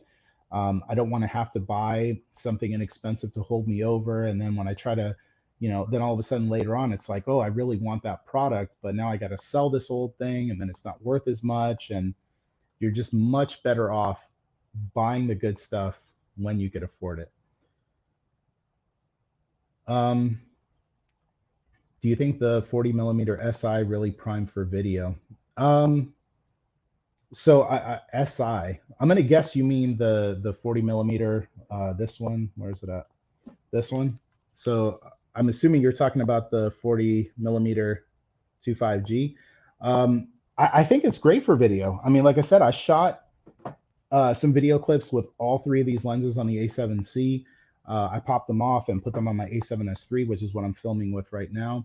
And performance was really good on all three. It focuses silently. Yeah, I mean, I think it's fine for video, especially the 24. I want another MacGyver video. Oh, you're gonna get another MacGyver video. That's happening, including some other characters that I'm gonna play. So you're gonna see some more comedy and more characters coming from me. Michael says, "Thank you for being honest, Miguel." I try, man. I really try. It's unfortunate and it's hard because, you know, again, it's so much easier for me to go and just follow that same narrative and follow that same line that a lot of YouTubers follow and just say, oh, yes, get this cheapy fill in the blank brand because it's just as good. Be sure to check out the description in my video where you can buy the aforementioned cheapy product. And I could make a ton of money through affiliate money, but then I can't sleep at night. So Choo Choo, what's going on? Eric says, what do you think about the R3 versus R4 for photo and video? So I have two A7R4s, and I came from the A7R3. For me, A7R4 was an obvious option. First one being that the ergonomics changed a little bit. The body got slightly bigger. The grip got a little bit bigger on the R4, which for me made the camera more comfortable to hold without a grip. The color science was changed within the R4. I didn't feel like the R3 colors were bad, but the R4 colors were noticeably better. So that was a big thing for me. And then as far as video goes, the R4 was one of the first cameras that actually gave you eye autofocus when you shoot video. So if you're filming people, like for me, I shoot a lot of content on YouTube. So for me, the R4 was a no-brainer because being able to put the camera on a tripod, have eye autofocus engaged like I do right now with my A7S III, that's it. So I would say when the way that the question's being asked for photo and video, the A7R4 is a no-brainer. Can I do really good things with the R3? Of course, I did it for years. But if I am getting into it right now and I have the option to save up some money and get one or the other, man, the R4 is a beast. I got two of them. Advice for someone that's been shooting APS-C DSLR for almost 10 years and looking to move to the first full-frame mirrorless system. My best advice, because I did the same thing. I mean, when I started out, I was shooting with a Canon XTI, which was APS-C. Then I went to a T3i. Then I went to a 60D, and then I went to a 5D Mark II. And when I made that jump to the 5D Mark II, it was like, you know, it was crazy. So I would say the big advice would be, it really depends on what you're shooting. Like if you do a lot of travel photography and things like that, going to the A7C would be awesome because like here's an APS-C and here's full frame and size difference. I don't know if you could see, but there's not very much difference in terms of the size between these two cameras. Let me see if I can hide one. Yeah, there. So yeah, I mean, the best advice I could give you would be, it just depends on what you're shooting and what your price points are. One thing you want to keep in mind is that when you go to something like an A7 III or even like an A7R3 or an R4 full frame camera, you have higher shutter speeds they can achieve, which is really useful. So best thing that I could advise you is to just put your hands on each of the cameras. So let's say if you were considering between an A7C and like an R3 or A7 III or something of that ilk, just go to the store, put both cameras in your hands, navigate, play around with them. For me personally, shooting like everyday type stuff, this form factor works really well for me.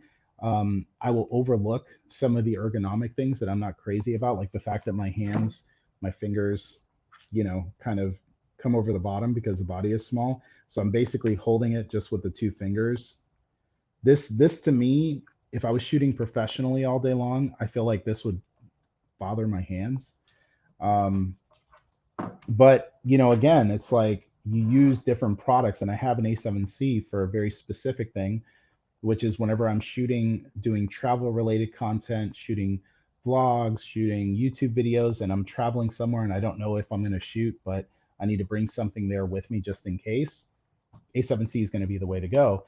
But if I'm shooting studio stuff professionally, my professional photo work, I'm going to use a different body because I have to hold that for 2, 3, 4 hours, whatever the case might be.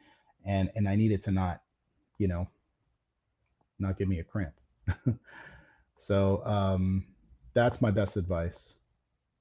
Eric says, what's the best lens for portrait? Just all depends. Depends on the kind of portrait you're shooting. If you're shooting environmental portraits, 24, 35 could be a great option. I have a video that I'm going to be making here soon because there's been so many lenses. I mean, we're talking about 3 new lenses that just came out now. The, you know, the 52.5, the 42.5, and the 24.28. Plus, last week, Sony came out with the 51.2 G Master. So there's been so many new lenses that have come out here that I feel like I'm going to have to like just wait for a lull so that I can make my updated best lenses for portraits for this year. But if I have to think off the top of my head, I would say 35-1.4, 50-1.2, 85-1.8, 135-1.8, 70-200 2.8. Those would all be really, really good. Hamad says, Profoto, Westcott, or Godox. I don't have a criteria to compare their respective models and buy the right one for me. Would you make a comparison video with which brand model suits which style? So funny enough, so I'm a Profoto ambassador, but I have Westcott, and I do have one Godox. It's kind of a speed light type of product. I have some of their LEDs, which I use to light my videos. So, and I have the Westcott FJ400 here at the studio, and then Profoto wise, I have a bunch. I've got two D2s, I've got a D1, I've got a B10, B10 Plus, A1X, the original A1. So I've got a few Profoto lights. You know, for me, honestly, I mean, I'm going to continue on with the same thing I was saying earlier, which is to say that like lighting, lenses, and camera bodies are things that you don't skimp on. I would rather spend the money and get a good light. The FJ400 is a nice light, but if you can afford to get a B10 or a B10 Plus, if having the battery pack is something interesting to you, that would be the way to go. As a matter of fact, I'm saying that, and let me just reach over here because I had an outdoor photo shoot not too long ago, and I just brought this because it was inside of the car. But here's my own. This is the B10 Plus with a OCF Octa.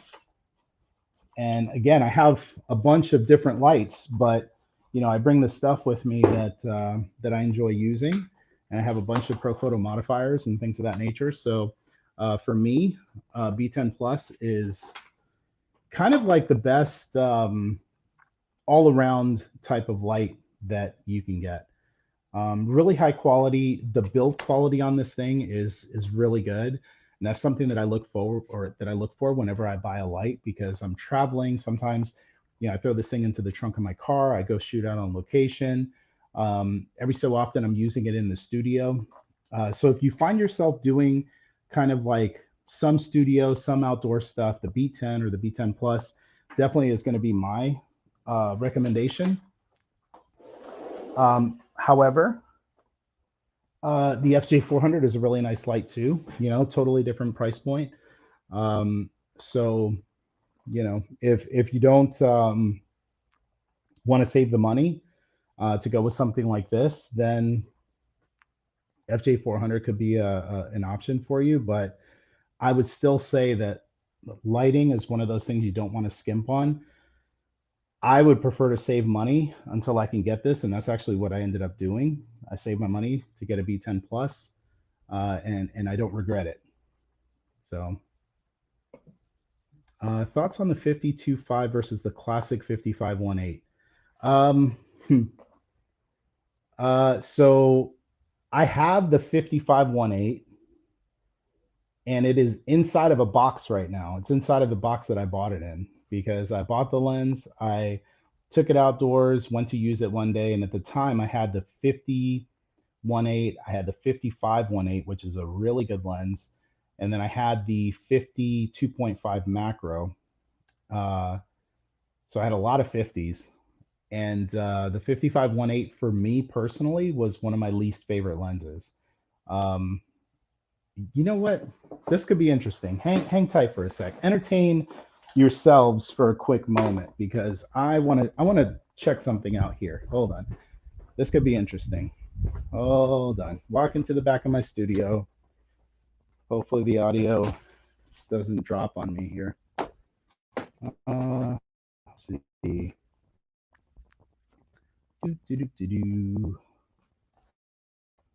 Where is my 50.1.8? I'm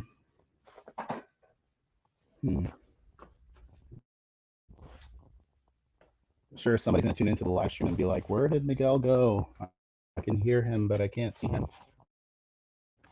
I'm just walking into the back of the studio. Okay, I see. There it goes. Hold on. 50 million boxes.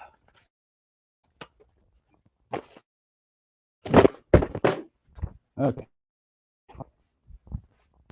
Coming back to you all. Hang tight.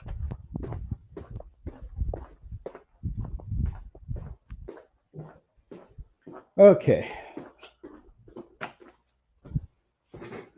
I'm back. Okay. So I kid you not, I've had the 51.8. I used it for a bunch of photo shoots. It wasn't for me, so it's back in the box, perfectly sealed. If anybody wants to buy it, send me a message. All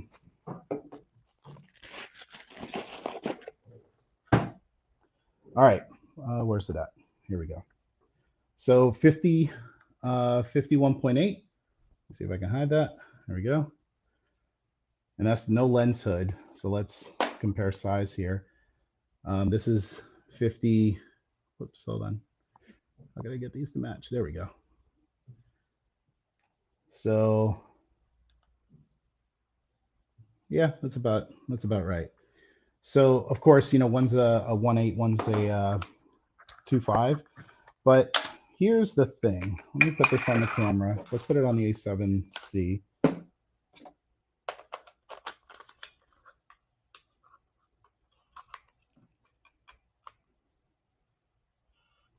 All right, tell me if you guys can hear this in the comments.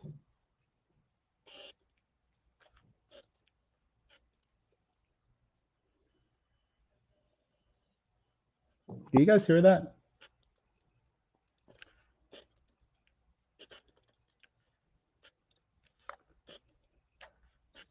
So I don't know if you guys can hear it, but basically as it focuses, makes pretty good amount of noise. Now, let's put this 52.5.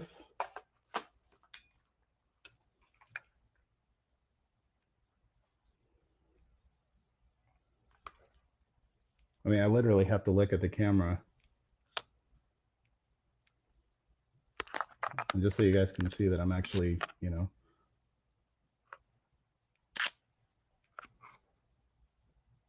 I mean, there's literally like no sound. So which one is better? Or my thoughts? My thoughts are that if you want a lens that is quiet, has a quiet autofocus, then you are going to want to go with the 50-2.5. Again, this lens to me, what's interesting about the 51.8 really is just the price point, because it is an affordable 51.8. And usually if somebody is coming from like, let's say a kit lens, then this is a perfectly fine option to come from a kit lens. But, you know, going again with everything that I've been telling you on this live stream today, personally for me, I would tell you this 52.5 is so quiet, it's so silent. And not to mention too, I mean, this is plastic. The build quality is 100% different. When you go from like a standard entry level lens like this to a G series, you're getting a lot. Not to mention on the barrel of this 51.8, there's nothing, right? You just have a focus ring.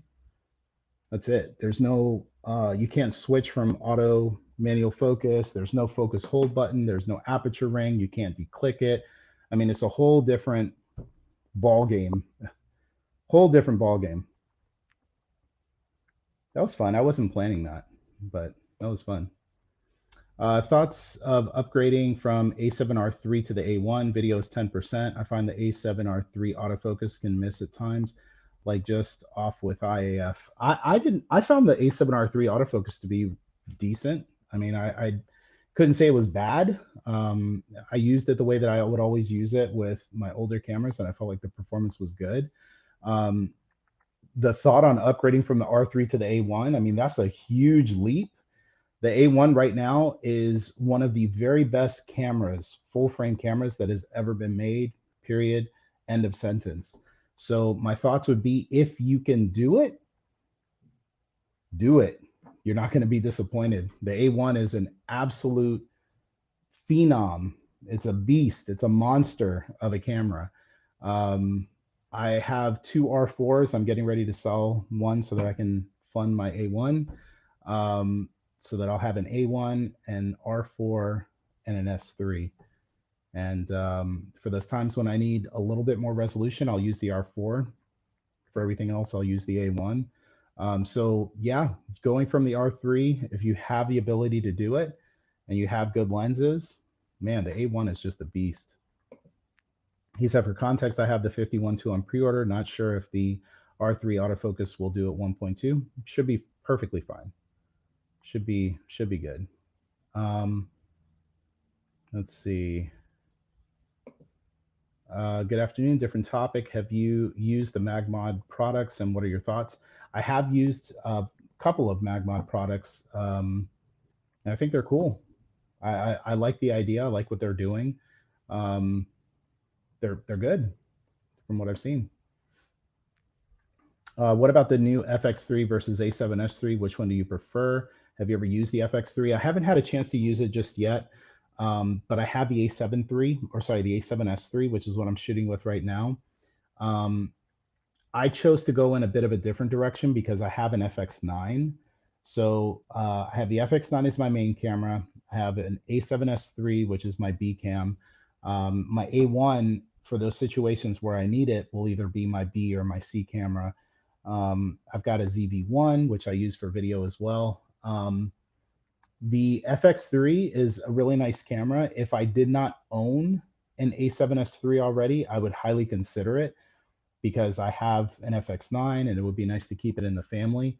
From what I understand, the FX3 does not shoot with a .mx4 codec. So for that alone, like I tend to lean a little more towards the A7S3 because I feel like it's easier to shoot stills with. But there's a lot of things to really just like about the FX3. If I didn't own the A7S3, I would consider it. But right now, I have the A7S3, and I don't feel like I'm missing too much. You can only shoot with 3 lenses for the next year, and you only shoot for your own enjoyment. No clients. Which 3 do you pick? Ooh, that's an interesting question.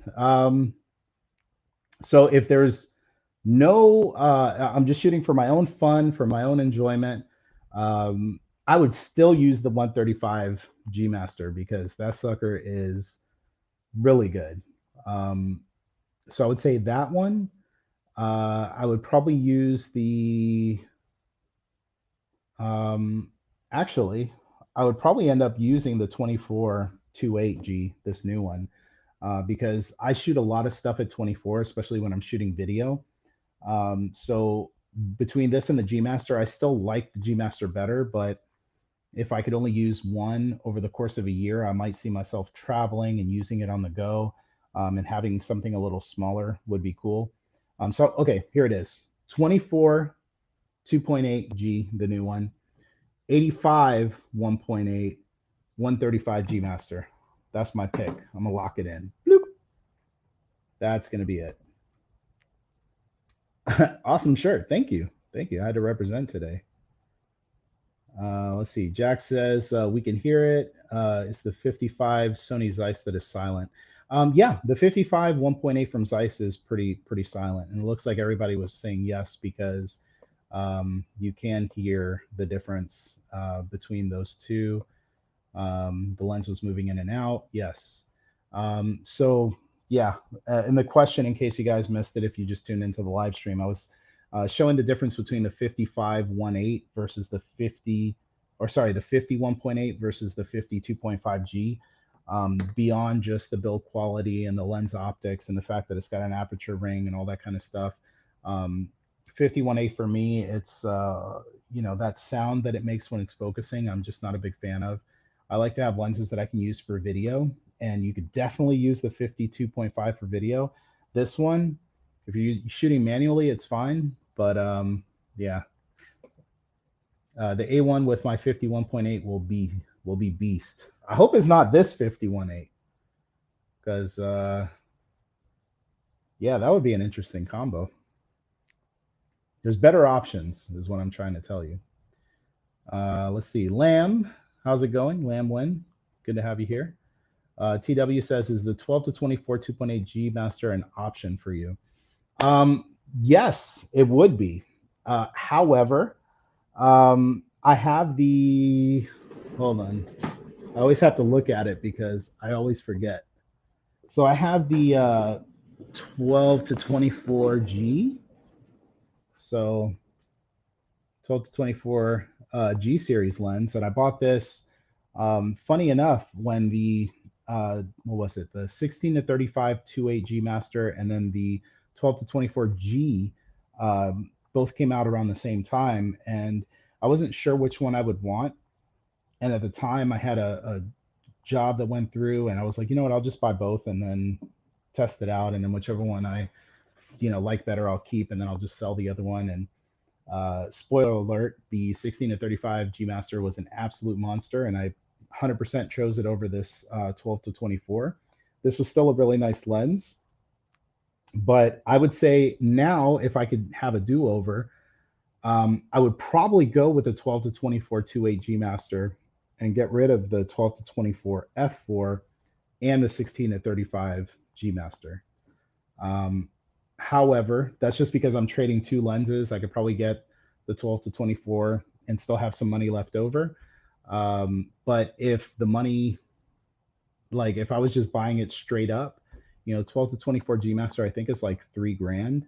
So it's it's a financial commitment, to put it nicely. But as it is right now in my situation where I have the G series and I have the 16 to 35 G Master, I think I would probably end up selling both at some point, because the 12 to 24 G Master is really good. It's really, really good.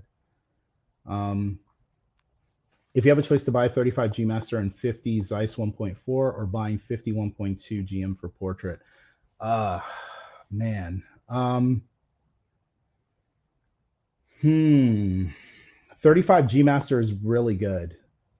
I had the 51.4 for several years, and I sold it years ago because I wasn't crazy about it. I actually, at the time, I would say the better combo might be 35 G Master and the 51.8 Zeiss. That combo I like a lot. I would say that combo would be really good. However, the 51.2, it's hard to compare these two because like the 51.2 is so good. Like it's so good. If you are the type that you're like a bokeh addict, then I'm going to tell you go with the 51.2 over those, because you're going to notice those blurry backgrounds look a little bit more beautiful with the 51.2 than they do with the 35.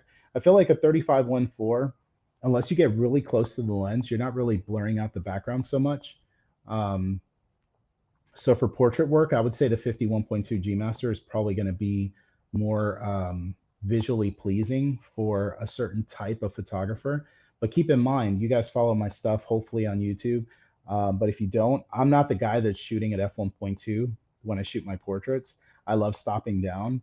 I love shooting my portraits at like f4, f5.6, f8. And I would still buy a 51.2 and shoot them at those closed down apertures, because you are going to get some really good quality results. But I would say if I had a choice between buying all of these, there's a part of me that would say, well, I can get two lenses for the price of one, and two really good lenses. So I would say go with the two really good lenses. But having the 35 1.2, or sorry, the 35 1.4, I still really like this 51.2. So that's a tough one. In a vacuum, I would say go with the 51.2 because it's really good. Looking forward to Sigma remaking the 50 millimeter art. Yeah, I mean, I'm looking forward to more options is always better. I would really like for third-party manufacturers to stop competing at price, with the price being the dominant factor. I would love for them to go and say, okay, first-party lenses are putting these great optics, they're putting these fantastic motors. How can we do something a little bit different? How can we do something that's a little bit better in some areas than the first-party lenses? I want third party to compete more directly with first party versus them saying, well, they already have that price point, so we're just going to come in at a cheaper price point. So what do we need to do to like make it cheaper? And you know, again, it's a tricky thing because I think the average consumer that's out there, they're not going to do their homework. They're just going to see two lenses that, you know, have similar numbers on the box, and they're going to say, well, this one is a box I could afford, this one I can't, so I'm going with that. So I would love to see any of these companies make, and in this case, Sigma, if they can remake their 50 art series and make it compete more with like a first party quality lens, I would love that. What's your favorite go-to portrait lens? Probably 85 1.8. Have you tried the new Photoshop enhanced resolution option? I have not, but I've seen all the articles and the videos talking about how great it is. And I, in my mind, I can't imagine, because again, I'm not saying this to like brag or anything, but like I pride myself on getting portraits that have that high definition enhanced type of look already.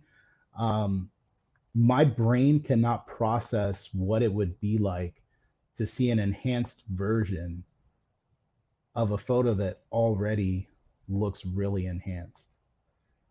So yeah, I can't even imagine that. So I haven't tried it. I don't know that I'm super motivated, because I don't know, like, I don't know how much better it can get at this point. And again, I'm not saying that as like a flex or anything like that, but just legit in my mind, I can't imagine how much better it can get. So I have to try it one day and find out. Lamb says, cool, I'll pre-order 51.2. Awesome. If you decide to pre-order it, check out the video that I made on the 51.2, and I have an affiliate link. So if you want to support my YouTube channel and support the content that I'm making, you know, consider pre-ordering through that. But even if you don't, it's totally okay. Just saying, if you support my channel, please do that. Let's see. I also have the 135 and loving it. Yeah, man, the 135 honestly is an absolute like beast of a lens. I'm looking around because I've got all these kind of just sitting around close by. This table, I would need to get another table to hold all of the lenses that I own right now. But out of all of these, if you came in here one day and you're like, I'm going to take all these lenses and I'm only going to leave you with one, man, I would really, my heart would hurt if I lost that 135. It's really good. Hamad says, I know your photos are crazy at 300% zoomed in. I don't know how crazier they will get with the resolution enhancement. Yeah, see, that's what I'm saying. Like, I think for certain types of photos, it would be really cool to see, you know, how much better it could get as far as enhancing the photo. Not so much because of the software. I guess more so to see if it would be possible to do, because theoretically, if you could pull something off like that in post using AI, then I could see a situation coming very, very soon where cameras can implement that same type of AI to just give you the better photos, like in camera, like straight with your raw files, without having to you know, without having to do anything in post. So yeah, I mean, I'm more interested, I guess, to see it because of that, and less interested to see, you know, more resolution and more detail, because, you know, at the end of the day, like, holy cow, I mean, it's already like, I've been shooting with the R4 now for a few years. You know, we're talking 62 61 megapixels. You know, now I've got the A1 50 megapixels. Like, you get so much detail and so much resolution, and it makes retouching so much more work. So yeah, to the point to where now I'm just like, man, if I have the option of outsourcing my retouching, like 9 times out of 10, I'm just going to outsource my retouching, because it takes so much time. And like, I'm so busy between creating content, between working with, you know, shooting stills and stuff for my clients, doing other miscellaneous projects here and there. It gets to be pretty, pretty exhausting. So Lamb says, I have subbed your channel for a while and loving it. Thank you. Much appreciated. Appreciate the support. Have you had good results with sensor shift, or is it not worth it? So I used it twice. Um, and you know, again, this is one of those things where I feel like there are places where it could be used, like potentially with architecture. I think it could be kind of interesting. I didn't use it for that. I used it for shooting landscapes. So yeah, I mean, I used them for landscapes, and I didn't really see the value. Um, you know, it's a process, and I feel like for the amount of time that it takes to set up that type of shot, and then you post the images on social media, like if you're printing it out, maybe it might be a whole different ball game. But I can't imagine printing like a 200 plus megapixel photo, you know, unless I'm printing it the size of like a billboard or something like that. Um, so is it worth it? I mean, to me, it's just kind of a cool thing to have there for those times where you need it. I don't know that it's, I don't know that I would go out of my way to purchase a camera that has it over one that doesn't. There would be other factors for me. Like that might be on the list of like top 30 factors for buying a camera. That would be towards the bottom of the top 30, just to give you an idea. So it's cool if it has it, but it's not high on my priority list. Lamb says, any tutorial for Capture One Pro 2021? Not at the moment, because I actually just got it. I'm on the trial right now, so I haven't even had a chance to really get to see, you know, everything that it's possible to do. But so far, I've been enjoying it. But tutorials will be coming soon. Comment please using A7S for photo portrait work. So I actually have used my A7S III quite a bit for shooting portraits. Um, Mainly because, especially if I shoot like family portraits at home, um, I don't necessarily need to have these bigger files that you would get from the A1 or from, uh, you know, from the R4 or anything like that. 12 megapixels for family photos is plenty. And I enjoy using it a lot. I mean, specifically the A7S III, I enjoy it a lot for shooting portraits, especially my day-to-day stuff that's not going to be for professional, you know, everyday use. Absolutely, I use it all the time. Like, matter of fact, if I have, let me see, do I have my got my phone off camera here? Hold on, let me see if I can find one of my recent. Let's see. Um,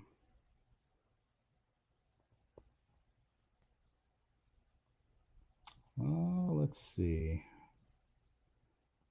Of course, as we're live streaming, I get the notification that Walmart had the PS5. I'm still trying to get a PS5. Um, so see if you guys can see this. So this photo here, I was getting ready to take my son to school, and had my A7S III, and I believe this is with the 24G Master. And you know, I was like, hey, stand here really quick, and just, you know, had that morning light. Took a really quick snap of him. That was with the A7S III. Um, this was another one, A7S III, kind of just going around on his scooter. Let me see. A7S III, I believe, with also the 24G Master. And again, these are photos like you would never see these photos. This is just stuff that, you know, like I shoot of him, and they're just like family photos and stuff that, you know, that are for my enjoyment. But since we're on the conversation, here's another one, 24G Master with the A7S III. Let me see if I have any other downloads. Yeah, I think that's the majority of the S3 shots. But so yeah, I mean, totally. I use it for my everyday portrait work, and it's quite good. For portraits, it will be more of a punishment, but for landscapes, it will be heaven. Yeah, yeah. Talking about the pixel shift stuff. Agreed. Um, Emerson says A7 III for portrait. Absolutely, 100%. Matter of fact, A7 III. Check this out. Let me see if I have this picture on my phone. One of my favorite pictures that I've taken was with the A7 III. Where are you? See if I can find it. Gold. Here we go. So I think this is a video on my channel as well. You can see it on my social media, but this picture here with the dripping gold, this was I believe the 90 macro, the 90 G series macro with the A7 III, and it's still to this day, like, it's still one of my favorite photos that I've taken. Like, crazy amounts of detail. Great lens. What is going on, my brother? Good to see you. For your pro work, what lens are a must for you? 135 GM and what? So good to see you, by the way. Hopefully we can connect soon at one of these shows. And on the back of that, very good job as of late with your portrait stuff. I'm seeing improvement, which is always good. So I would say which lenses are a must for me. The 85-1.8 is a must for me because I like that focal length. I like that it's lightweight. I have a feeling like in the next few months, as I continue to use this 51.2, it's probably going to end up becoming a must for me because it's really good. Yeah, that would be it. 85-1.8 definitely. I really love the 135 GM. What speed light do you recommend for beginner? I would say for speed lights, go with something like the HVLF 45 RM, or depending on your budget, let me see. Depending on your budget, if your budget allows, this would probably be at the top end of that. Get the 60 RM. This is a Sony flash. And what I really like about this that the 45 RM doesn't have is that, let's say if you're shooting on camera flash, right? So if you're shooting on camera, of course, it works like any other flash. You know, you could have it popped up, you know, flash the person, whatever the case might be. But usually if you're shooting vertical, you end up with the flash out to the side. And what's cool about this is that you could do that and you can shoot and actually, you know, adjust which way the flash is actually going. So for me, just that feature alone, you know, being able to angle this, have it bounce off a wall. So this is the 60 RM flash. This one's really good. So I would say if the budget allows, go with this one. Definitely. Let's see. Mr. Camera Junkie says super cute. Thank you. Thank you. He's definitely he got the looks and the hair. Speaking of my son. Let's see. Watched a bunch of your videos and love them. Thank you. Much appreciated. Especially the lighting and posing tutorials. But what area of photography is your main source of income? So portraiture for sure. Shooting headshots. That's what keeps the lights on. That's what, you know, that's where the main source, I would say, as far as the photography side of my income, comes from portraiture. So, and specifically studio portraiture. And I think that's by design, because I do kind of pride myself on being able to shoot consistently with studio lighting any time of day. So definitely the studio stuff is where it's at for me. Before I answer this question, so I'm seeing there's quite a few of you in the chat right now. Do me a huge favor, hit the like button if you haven't already. That helps me out tremendously. A lot of times I love the fact that a lot of you spend 2 hours with me here on YouTube. That's awesome. And it's much appreciated.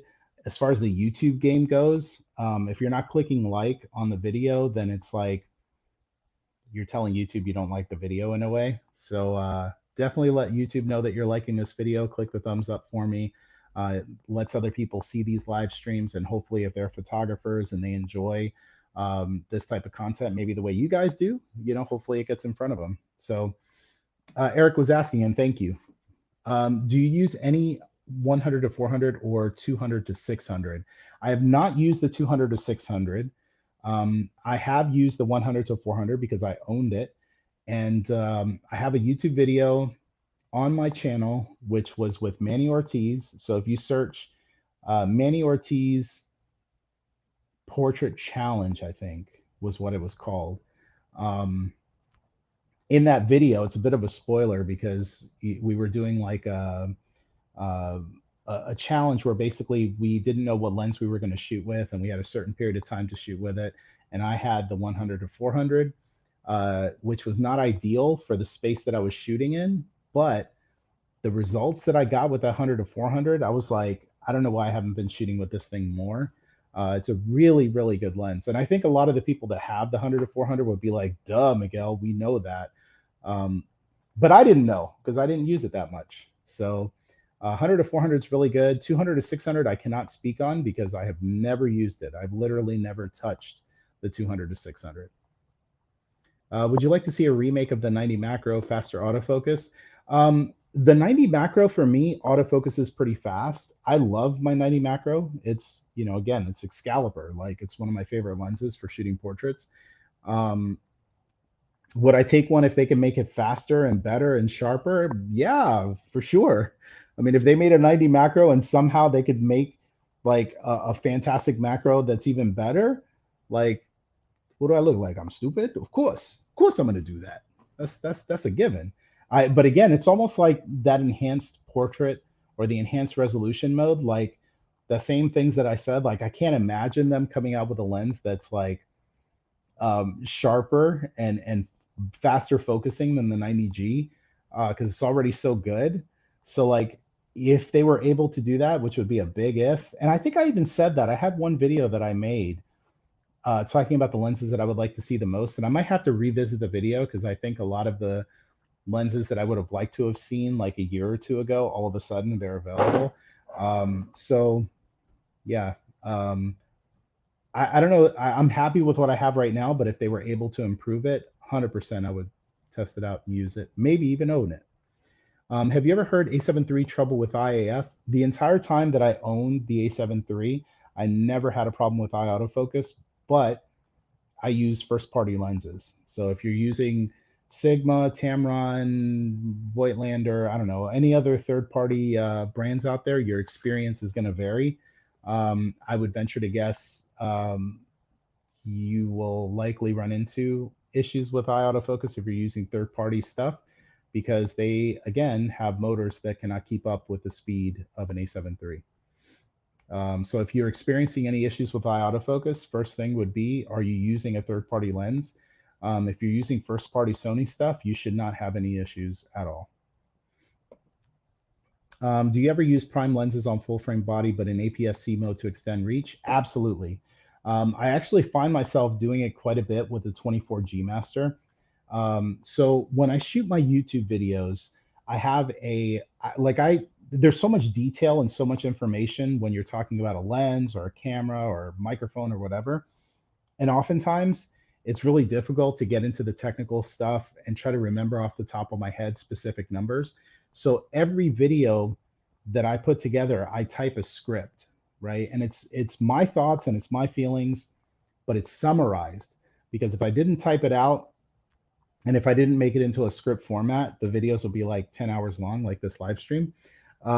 So with that being said, I love using the 24G Master, which is what I'm using right now to shoot my videos. But when I put the teleprompter on the lens, and I'll actually show you this because once again, I have all of this stuff really close by, but I feel like showing you this, you'll understand what I mean. So perfect example of how and why you might use that APS-C mode. So let me take this lens hood off. So this is the teleprompter that I was using for the longest time. So you put your phone basically like that. You've probably seen this before, and then you see the words of your script on the screen. So if I put this on the lens, you're going to notice that this is at 24 millimeters, and you see that stuff on the edges there. So you're seeing the edges of the teleprompter, and then you could also see the glare, which is coming from my phone. So what I ended up doing was I'll take that because I love the optics, and this was before the 35 was available. So I would put it into APS-C mode, which would make it into like a 36 millimeter. And then by doing that, you wouldn't see the edges of the teleprompter. So yes, 100%. Using the APS-C mode is a good way to go. I went low on the railroad and getting trouble on my wife portrait. Low on the railroad. What do you mean? Please explain. Do you prefer beauty dish or softbox for main light? All depends on the person I'm photographing. If the person has really good skin, I will always use a beauty dish. For anyone else, right? Anyone else that doesn't fit, you know, that 4% of the population that has like perfect skin, then I'm using a softbox or an Octa or, you know, something like that. Do you use any APS-C right now? Do you lose quality when you use any G Master and APS-C body? So I have the only APS-C camera that I own right now is the A6500. I've owned it from the day it was released. I know they've come out with like the 6600 and the 6400, and all of those look really cool. For me, the A6500 has really been kind of a walk around camera. So I mean, I use my A6500. I've used it for years. Do you lose quality when you use any G Master and APS-C body? I don't think quality is necessarily what you would lose. You're not really losing anything going with a G Master lens on an APS-C. If anything, it's a little bit overkill, right? Because your G Master lenses, for the most part, unless you're talking about the 24 or the 35, they're going to be bigger lenses. So, you know, are you losing anything? You're losing the benefit of that compact form factor. That's when you might want to consider going with something like these newer compact primes, you know, that just got announced today. So, good question. What do you think about the new Sigma 105-28? I have not used it yet. I tried their 105-14 and was very disappointed in the performance. Have not tried the 28 though. Are you going to Imaging USA in January? If yes, are you teaching any workshops? I'm still waiting for registration to open. So I just taught actually for the first time this year for Imaging USA, the Right at Home event. I would love to be able to teach there again. And if they have an in-person event next year, 100%, I would like to. And I know we're talking about it. So we will announce something soon. For your headshot photography, do you use your 90 macro or 135 primarily, or is your 90 just for your beauty photography? I mostly use the 90 for beauty photography because the big advantage, in my opinion, for that 90G macro is the ability to be able to capture a lot of detail. So that really lends itself to being used for beauty photography, where you're trying to capture the detail and the texture of the makeup. If I was photographing like an older, like in my mind, I'm picturing if I photograph somebody who's older and I want to capture the detail of their face, like the texture of their skin and the wrinkles and all that kind of stuff, I would use it for something outside of beauty. Like I would shoot those types of portraits. But yeah, I'd still probably prefer the 135 for like general everyday type of portraits. So are you thinking in Twitch instead of YouTube for this kind of video? I am not. So I have a Twitch account. What I wanted to do was to be able to stream my gameplay because I love playing video games. And I would love to be able to start a gaming channel and to do some streaming on Twitch. But unfortunately, you know, it's one of those things where like I have the desire to do it, but timing is just not there for me. I have so many things that I'm busy with right now that as much as I would like to sit down and like, you know, fire up my my PlayStation or my Xbox or whatever and play some games, like it's just not happening. You know, I even tried to force it a little bit, and I brought my Nintendo Switch to the studio thinking like, oh, if I have a minute, you know, matter of fact, I've been going off screen here a lot today. So got my Nintendo Switch here. So like I brought it with me to work to be able to like say, okay, you know, if I got a little lunch break or something like that, I can just take a few minutes, play a game. And instead, my lunch breaks have become what needs to be picked up. I've got furniture that needs to be assembled. I've got, you know, cleaning up to do, sanitizing. You know, if I have anybody come over to the studio, I have this whole hour-long process of having to spray everything down with Lysol and mop the floors and, you know, making everything presentable. And so, unfortunately, the whole Twitch dream is just having to take a little bit of a break. So I really appreciate this kind of videos. I put my like, thank you, appreciate that. Greetings from Mexico. Awesome. Yeah, you know, it's been a few years since I've been to Mexico too. I went to Mexico City a few years back, and man, it was a lot of fun. It's a lot of fun. Would love to have spent more time there. The only thing that kind of scares me about going back to Mexico is that my Spanish is not great, and generally speaking, Mexican folks speak much better Spanish than Puerto Ricans like myself. Um, Not dissing on Puerto Ricans because I am 100% Puerto Rican, uh, but I know like myself and most Puerto Ricans that I know, like we speak kind of like a almost like a street Spanish, like it's very just informal versus like the majority of the Mexican folks that I've spoken Spanish to, they speak it so like textbook, you know, they don't have as much slang. And it's just like I almost feel like I'm just not intelligent enough to speak my Puerto Rican Spanish. Like it just makes me sound dumber than I actually am. Not to say that I'm brilliant, you know, but some of you Puerto Ricans out there will know what I'm talking about. What's your favorite modifier for your strobes? So that changes from time to time. I have favorite categories of modifiers versus actual like favorite modifiers themselves. So I would say for like portrait work, 5 foot octaves are great. The modifier I have right now, actually, I just got it recently.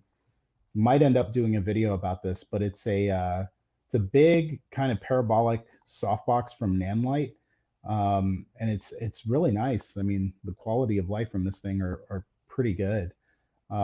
So for soft light modifiers, I would say 7 foot Westcott umbrella with a white interior with diffusion. Love that modifier, and it's cheap. Um, this softbox from Nanlite is really good. And then a 5 foot octa. Like I have a 5 foot Profoto octa, puts in a lot of work for me. Hard light, I would say silver umbrella, deep umbrella, which Profoto makes one, the umbrella deep, medium or large with a silver interior is really good. And then a white interior beauty dish would be fantastic. I have this big Mola, I think it's either called the SETI or the Euro. It's like a 33-inch beauty dish. It's massive. It looks like a UFO. But the light that comes from that thing is absolutely stunning. So the Mola, whatever it's called, 33-inch, it's either the Euro or the Demi or the SETI. Don't know. But if you look it up, it's like 33 and a half inches. It's so good. That actually might be my favorite modifier. And I don't use it as much because it's pretty heavy. Eric, what photographers do you admire? I have a lot of photographers whose work I admire. Um, just thinking off the top of my head, Michael Muller, um, Dan Winters, Marco Grob, um, Annie Leibowitz, Herb Ritz, um, Albert Watson. Yeah, I mean, that's just a few just off the top of my head. I mean, there's a lot of photographers whose work I admire. Um, yeah, there's a lot, but those are a few, just to name a few. There's a lot of really good photographers out there. Thomas Wright. And you know what's funny? Going back to this question too, Let me elaborate one thing, because I have noticed that the photographers that I like I just named some different people, and maybe you've heard of some, and maybe you haven't heard of some others. What I've noticed is that a lot of photographers on YouTube, especially, tend to look at other photographers on the platform, and there's nothing wrong with that. There's a lot of great photographers on the YouTube platform, but I will say that the really like next level, like impactful photographers that people are going to be talking about 50 years from now, 100 years from now, are going to be the names that I just named. Like they're not going to be the the crop of like YouTube photographers that are out there. Heck, it might not even be me, right? I would love to ascend to that level. Um, but you know, we got to give props where they're due. And I think that if you are watching this video right now and you're thinking to yourself, like, my favorite photographer is Peter McKinnon, right? God bless you, God love you, but you need to look at some other photographers that are out there because he's good, but he doesn't compare to somebody like Herb Ritz. Like there's just this other category of photographer that's out there that people haven't heard of, and you've seen their work. Like if I say Michael Muller, you might not know who that is, but like if you've seen like the artwork for the Avengers, right? The Avengers posters, um, he's the one that shot them. I say Marco Grob, you're like, oh, I don't know who that is, but like if you saw the artwork or the poster for the Black Panther movie, he shot the posters for Black Panther. Dan Winters, like a lot of these portrait guys that are really, really good that don't have a presence on YouTube. Stephen Meisel. Just now, a whole bunch of other names are kind of hitting me, but there's a lot of like really fantastic, really quality portrait people and photographers that I admire that you may not ever hear of. So and that's not to diss the YouTube photographers that are out there, but I'm just saying like we really have to set our standards correctly when we're talking about like photographers that we admire, and most of them, like, you have to look outside of YouTube to really see like the high quality ones. Thomas, what are your thoughts on the Tamron 70 to 180 for portraits? I haven't used it yet, but I will say, like, I have the 70 to 200 G Master, and that focal range for me, even when I shot Canon and I used the 70 to 200 f4, was one of my favorites. The 70 to 200 G Master is one of my favorites. So that focal range, 70 to 180, it's interesting. I haven't used it yet though. What photo books do you have, and which do you recommend? So I have one that I just got, actually. I love how I could just like do this. So Annie Leibovitz at Work, really, really good. And then this is probably my favorite one. And I just found this. Oh, and this thing weighs like 100 pounds. Bam. Autobiography of Richard Avedon. I got a signed copy. This thing is, oh my gosh, this thing weighs a lot. Richard Avedon, I forgot to mention that. Photographers I look up to. Boom, there you go. Yeah, just amazing, amazing photos, amazing artwork. I would highly recommend this book if you could find it. I was at a thrift store, kind of just shopping around. They got all this like dusty stuff, and I see this box, and then I see it says Richard Avedon on it, and I'm like, what is this? And then I saw it was a signed copy of his autobiography, and I'm like, oh yeah, I gotta have that. That's a must own. So yeah, that would be my few of the photo books that I like. What's the best prime all around focal length on APS-C? I might get the 23 f2. Yeah, that's a tough one. The best all around. I personally like the like I've used the 28 f2 quite a bit. on APS-C. My 35 2.8, which I had on the camera earlier. I like the 35 2.8. Know a lot of people talk about the 21.8. I don't know if there's a best all around. That's a tough one. I'd probably say the 21.8. That'd be my pick. Eric, what do you think of Jason Lanier? I actually haven't talked to Jason in quite a while. I think Jason is a talented photographer.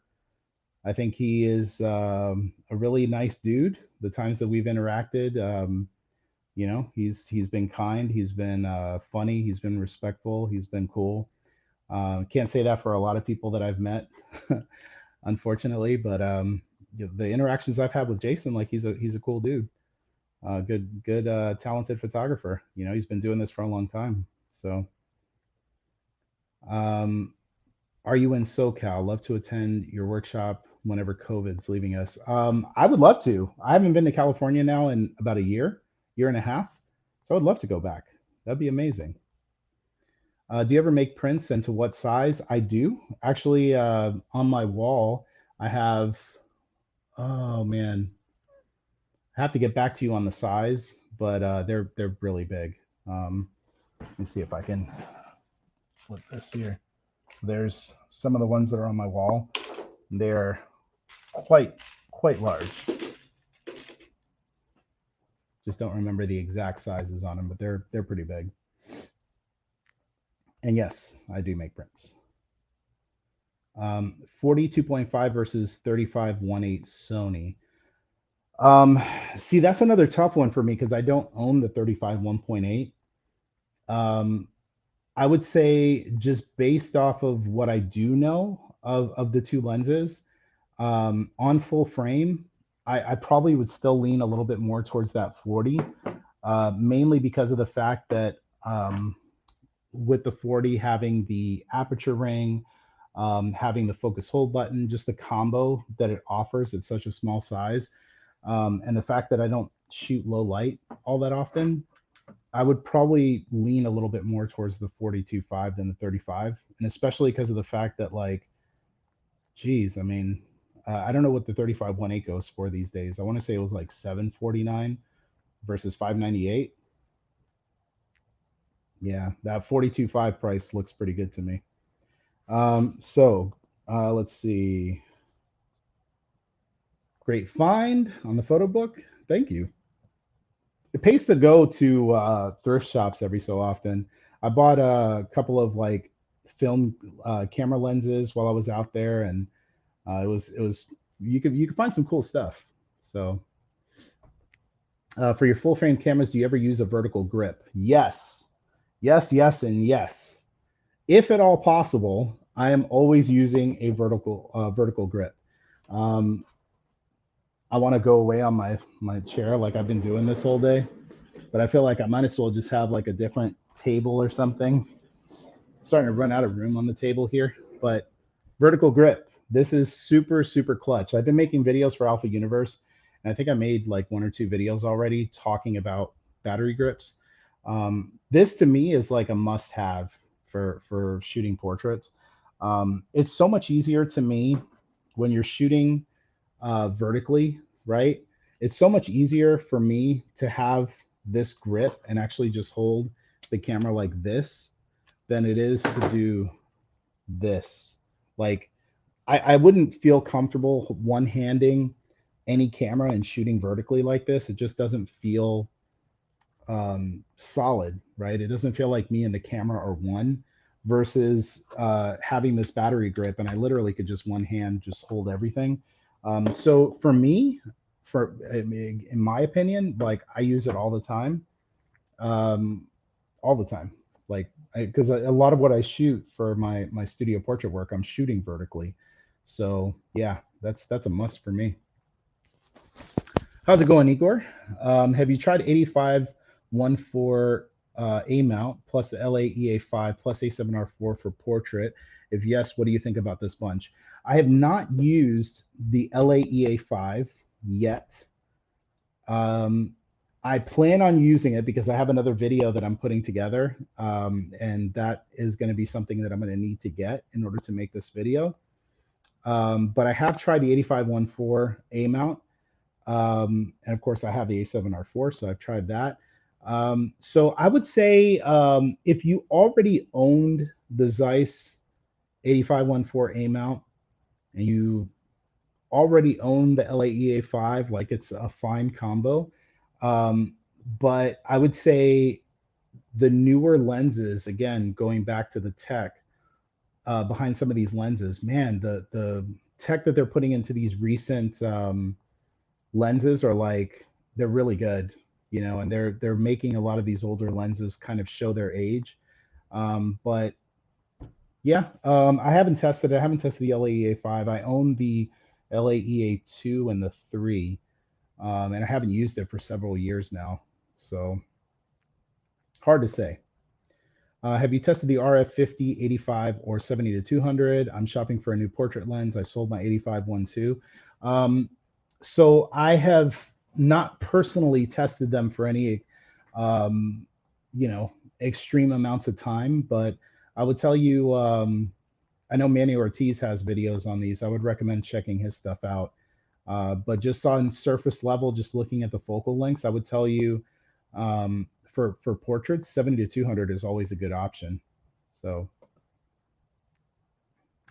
greetings from Hungary, Central Europe. Thank you for being here. I find vintage lenses in pawn shops for a discount. Yeah, that's where it's at. You know, I'm actually kind of surprised with some of these vintage lenses, what they've been able to do. You know, they're several years old, but like I ended up getting for one of my videos that I have coming up, I picked up the Maxim 9. So this is the Maxim 9 with the 50 1.8. This is one of the videos that I'm going to be doing pretty soon, is me shooting film. And again, going on that grip question, the vertical grip, even with a 35 millimeter camera, I had to get the grip because, you know, that's just the way that it goes. But yeah, being able to shoot with vintage lenses and stuff, it's a lot of fun. That's more of like a guilty pleasure fun thing than it is like me shooting with like pro stuff. So Photo Me Ike in the house. What's up, brother? Sony has been on a major full frame lens dropping spree, especially with the most recent drop. But what's up with them and APS-C lenses? Where's the love? You know, funny enough, like they have a lot of really good APS-C glass because they had APS-C camera bodies out before a lot of the full frame stuff. I felt like APS-C cameras got like a head start when it comes to lenses coming out. And so there's less gaps in the APS-C lineup than there is on the full frame side, even though now there's like, you know, 60 lenses that are out there. So yeah, I mean, and their most recent APS-C, which I think was the 16 to 55, was really, really good. It's a G series lens. So I don't know. I feel like there's just less gaps than there is in the full frame lineup. And that's why you're starting to see, you know, why you're seeing so many of these, like, as you call it, a dropping spree, you know, because there's just so many gaps. And the other thing too is like, let's just say with these most recent drops with the, you know, 24, the 40 and the 50, I mean, these things to me, they pair up beautifully with APS-C.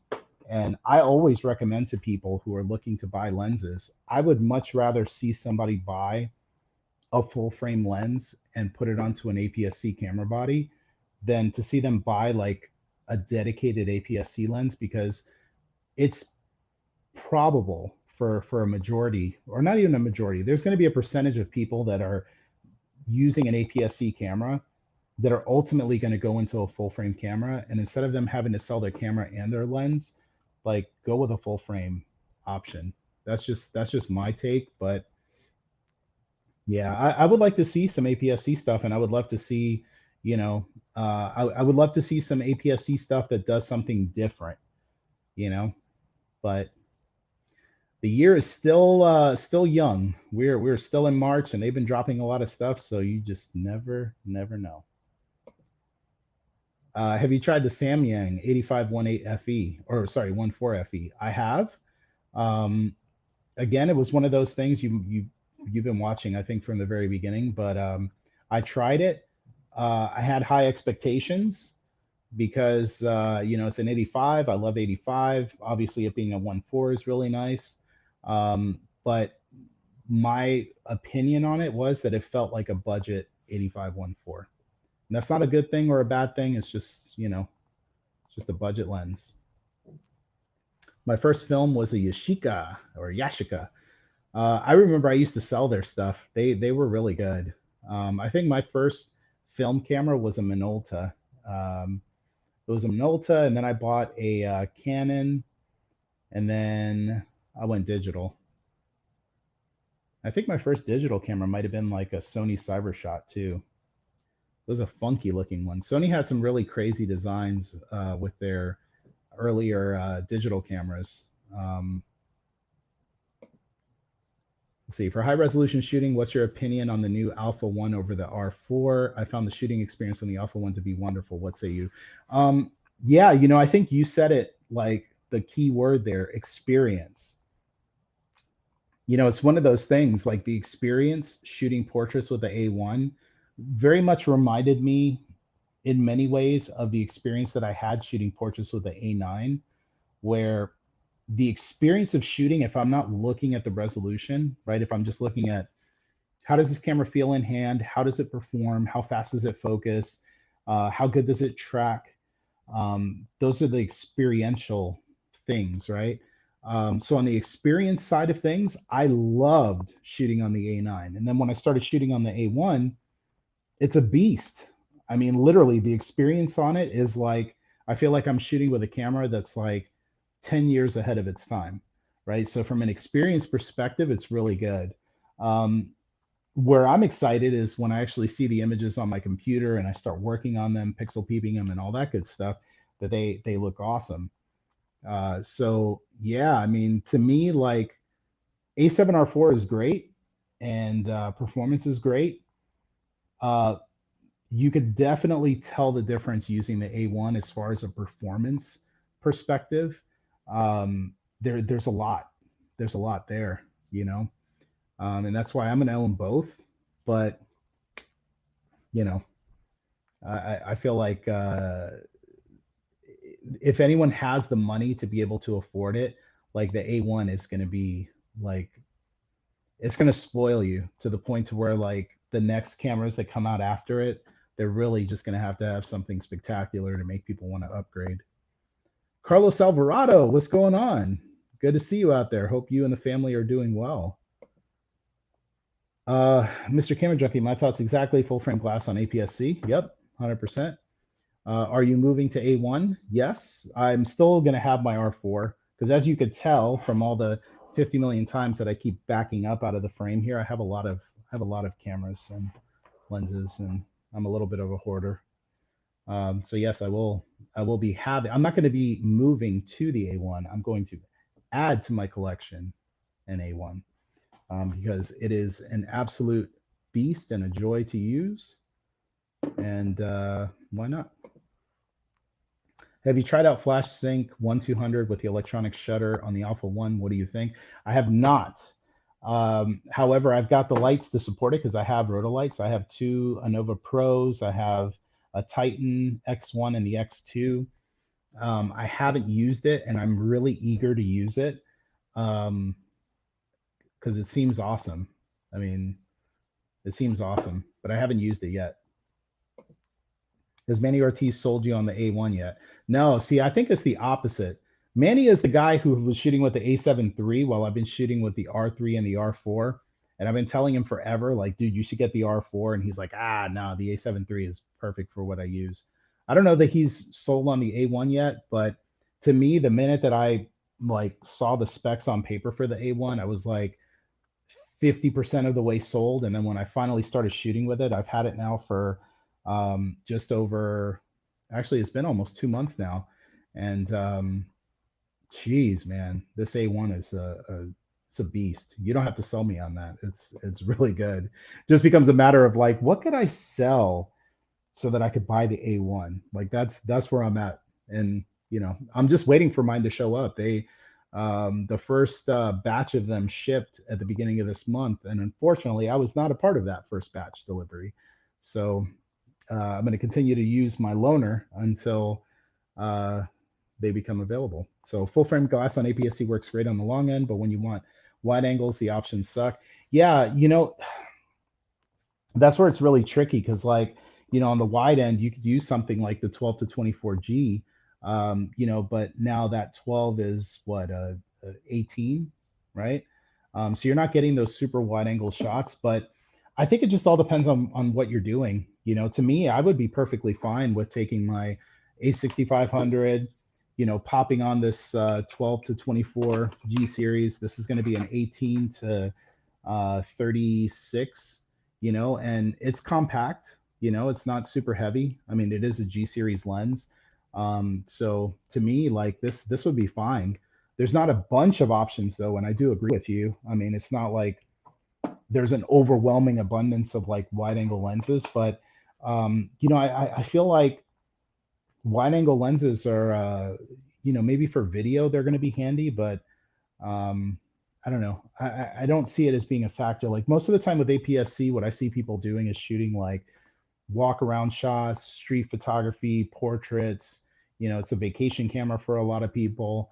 Um, they need one good wide angle, and I think a 12 to 24G would be awesome, but obviously the money, right? So yeah, and he was saying unless you go third party, yeah, and even those options are limited, absolutely. So I think on the wide angle side of things, you have a point. There's not like an overflowing abundance, but part of me is kind of curious. I don't know that it's I don't I like I'm just kind of curious because it's APS-C, like how difficult is it to make like a really compact wide angle lens that's compatible with APS-C? You know, I'm sure it's just one of those things of like engineering.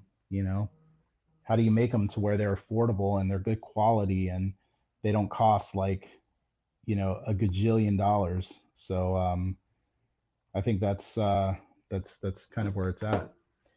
Profoto B10 and B10 Plus does work with the Alpha 1 electronic shutter, and it's an experience you have to try. Yeah, I've got both lights, so I'm kind of interested in testing it out. It's different. Miguel, your thoughts about only modern manual lenses with super high quality Otis Milvis? They only for studio work. Yeah, the modern selection of manual lenses are really interesting to me. Um, like I've used a few of the Otises. Like I believe it was the 50 and the 100 Zeiss Otis, and like they were great. I mean, the quality, the image quality that you would get from them was really good. But um, it was this weird thing for me. Like maybe if I would have been somebody who shot film back in the 80s and I got more comfortable with shooting manual, then it wouldn't have been as big of a deal.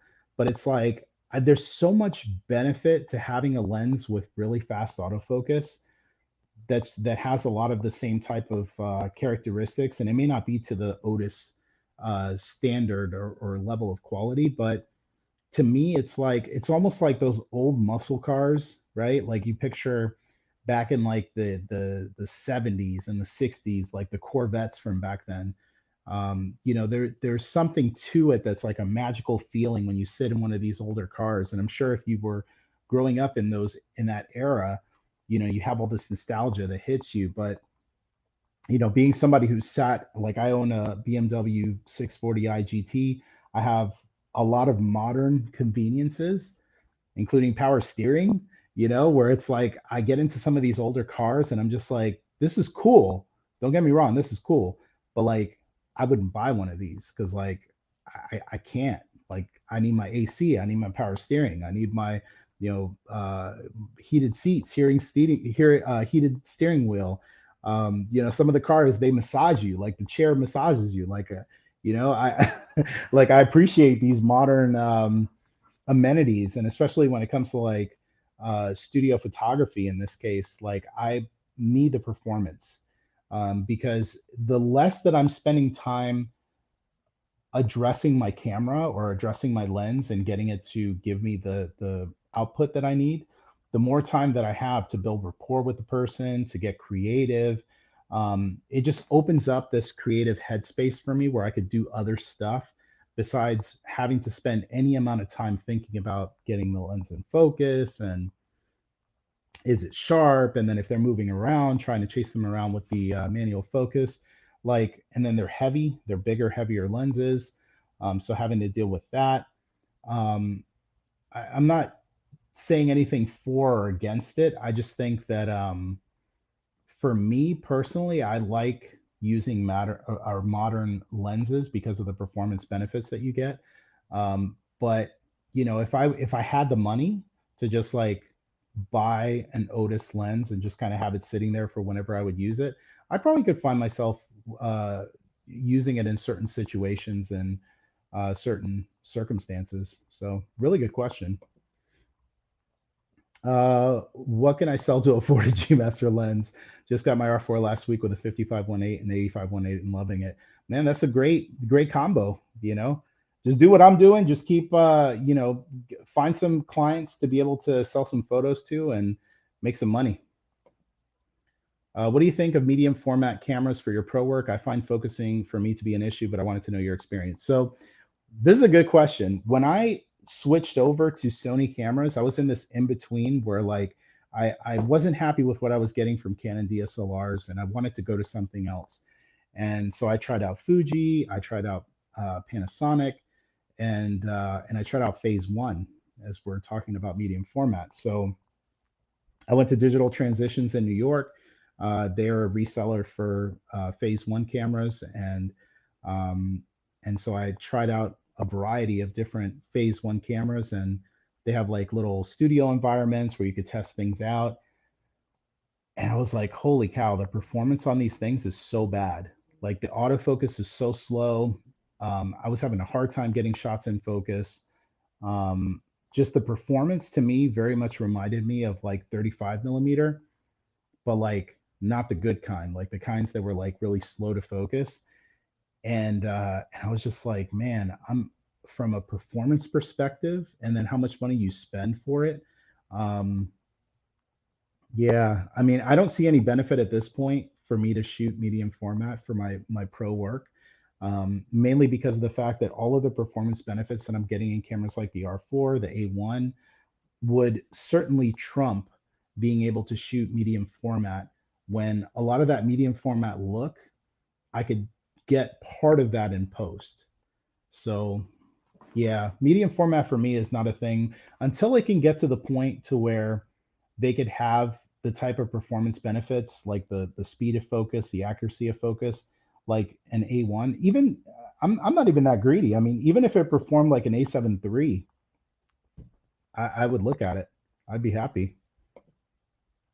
Sony just released their fourth 24 millimeter lens for full frame. Let's just put that into perspective. This is like their third 35 and a fourth 50. We could say those gaps are covered at least. Hashtag APSC is dead. They're very popular focal lengths. I think that's I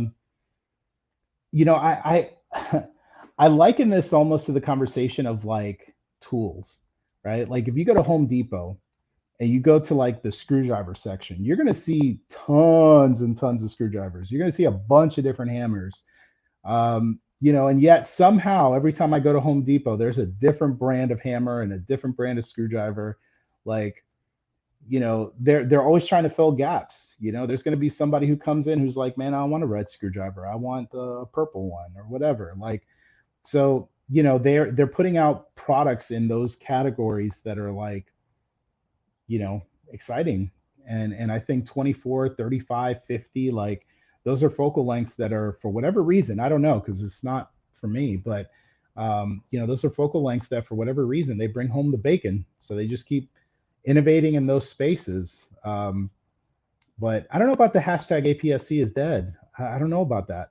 I mean, these APS-C, the most recent camera bodies, are you know, a few years, couple years. What 6400 was like 2018.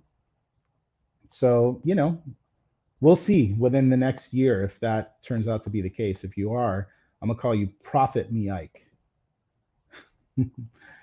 um, Lance's Lens. Thank you for the $10 super chat. Thank you for the support. Big fan of your channel. Thanks for all the great info. Quick question: when shooting portraits on the A7R III, what's the best focus area to be in? Wide or one of the other options? So again, before I answer this question, thank you so much for supporting. Honestly, you didn't have to do that, but thank you so much. So to answer the question, I would say the best focus area is the one that I actually use with my R4 and my A1. I'm in wide area focus in AFC, or continuous autofocus. And anytime I'm shooting portraits, I have eye autofocus engaged. So anywhere that they are within the composition, the camera is going to lock onto the eyes and keep them in focus. So that would be 100%. That would be where I would be. And again, thank you for the super chat. Your thoughts on the 24 to 105G as the only lens, and in your opinion, why most of photographers ignoring the 24-105 lens? You know, I think as a one and done, you know, 24 to 105G is a tough one to beat. You know, f4 focuses well. It does everything well, but it doesn't do anything great, right? And I think maybe that kind of answers the secondary question of why people ignore it. There's so many lenses that are out right now that do great things that I think a lens like the 24 to 105 just doesn't look as attractive, you know. Personally for me, I mean, the 24-105G would be a great lens. If I was going to just have one lens right now that I could use for video and for stills, it's a fantastic option. But I just feel like people are looking more towards like the newer lenses and seeing what those things are offering, and they're just like, meh, the 24 to 105 doesn't look as sexy anymore. So I don't know. R3 or R4 today, not a big difference in price. 100% R4, 1000% R4. Better ergonomics in my opinion. Better color in my opinion. Eye autofocus in video, not my opinion, fact. For me, make it to where like the R4 is better. And we're not even talking about the resolution. We're not talking about the fact as well, which is a little known fact, but you have digital audio on the R4 as well. So being able to use one of the Sony microphones and actually get the higher quality digital audio without having to plug in a mic is a big advantage. So if you're shooting stills and video, the R4 to me is a no-brainer, but especially if they're close in price, even more so, R4. Definitely. Thunderbolt. Hello, Miguel. I love your work and I've learned a lot from your videos. I want to thank you for making them. You're awesome. Thank you. Appreciate that. I will continue to do that.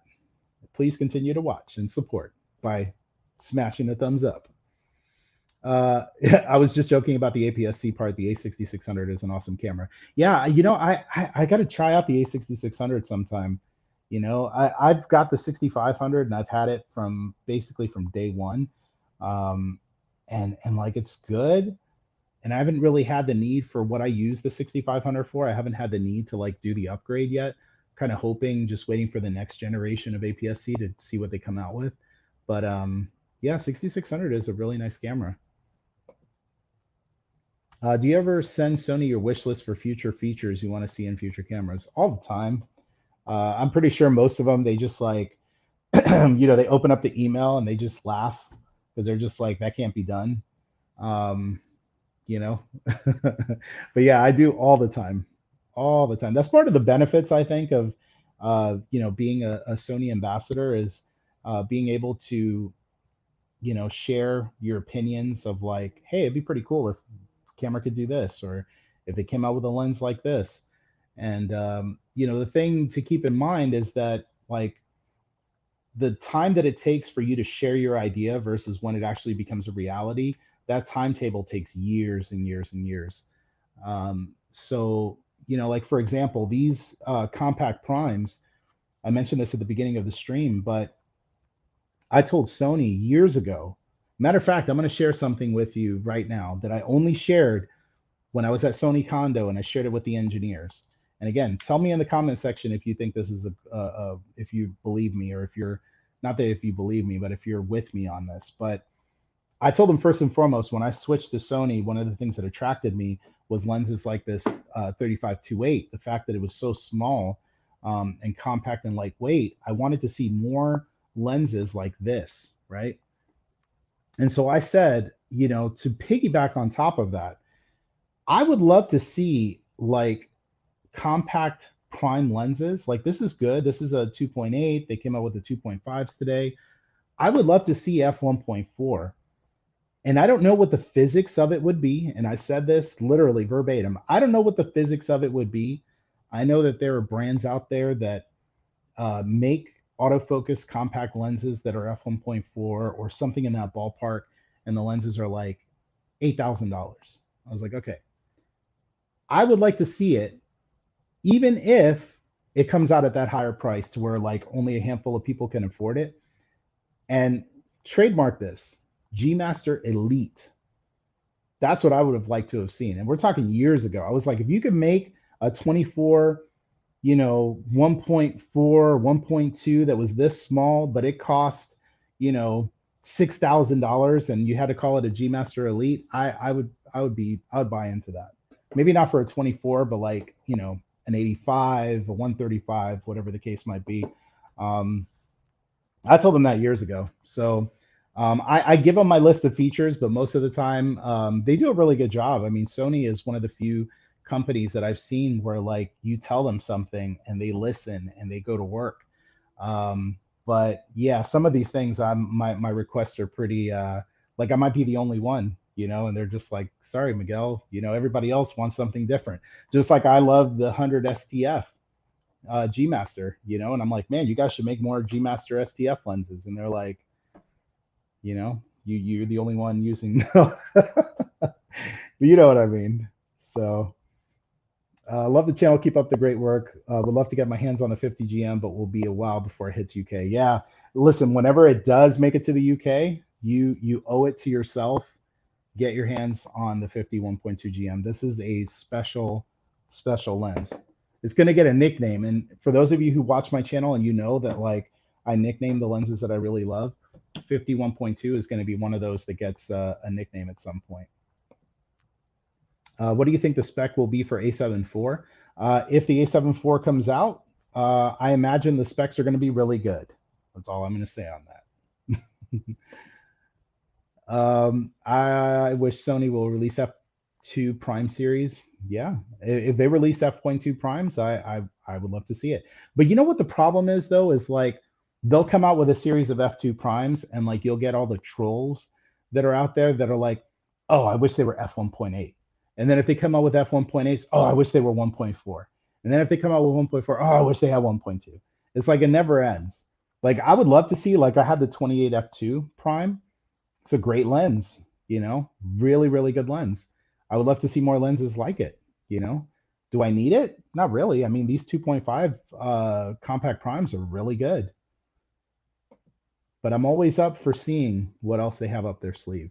So thanks, Miguel. Really appreciate your channel. And you, signing off from Holland. Bedtime here. Good luck. Have a good night. Thanks for joining. I'm going to take a few more questions here. What is your opinion on the Canon EOS R for professional work, weddings, video work, etc.? I really need a full frame mirrorless that is the best of both worlds, but doesn't break the bank. So Thunderbolt, let me ask you a question. So if you're considering an EOS R, what camera are you coming from? Because to me, and again, this is my opinion, and this is aside from the fact that I'm a Sony ambassador, I'm just being objective here. If you're going to spend the kind of money that you're going to spend for an EOS R, you're much better off looking at a camera like the A7 III. You have a bigger ecosystem of lenses that are available to you. Autofocus performance is going to be better. IAF is going to be better.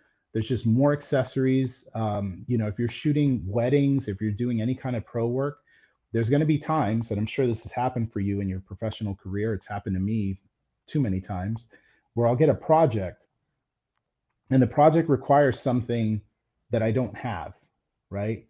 So it'll be something, a certain type of image, a certain shot, a certain, you know, certain work that I need to do where it requires a lens that I don't own. right? Or it requires an accessory that I don't own. You have a higher probability because of the fact that Sony's been making mirrorless cameras now for years and years, and Canon just got into it within the last 2 or 3 years. The ecosystem is much bigger in the Sony side. So to me, for professional work, this is something I think about. It would be hard for me to invest today in a full frame Canon or a full frame Nikon because of the fact that their ecosystem is not built out. They have very limited options. We're sitting here talking about, APS-C lenses, being limited, but there's literally hundreds of lenses between first party, third party, every party. There's so many lenses that are available for Sony full frame right now, for Sony APS-C. It just doesn't make sense for a professional to consider the EOS R, in my opinion.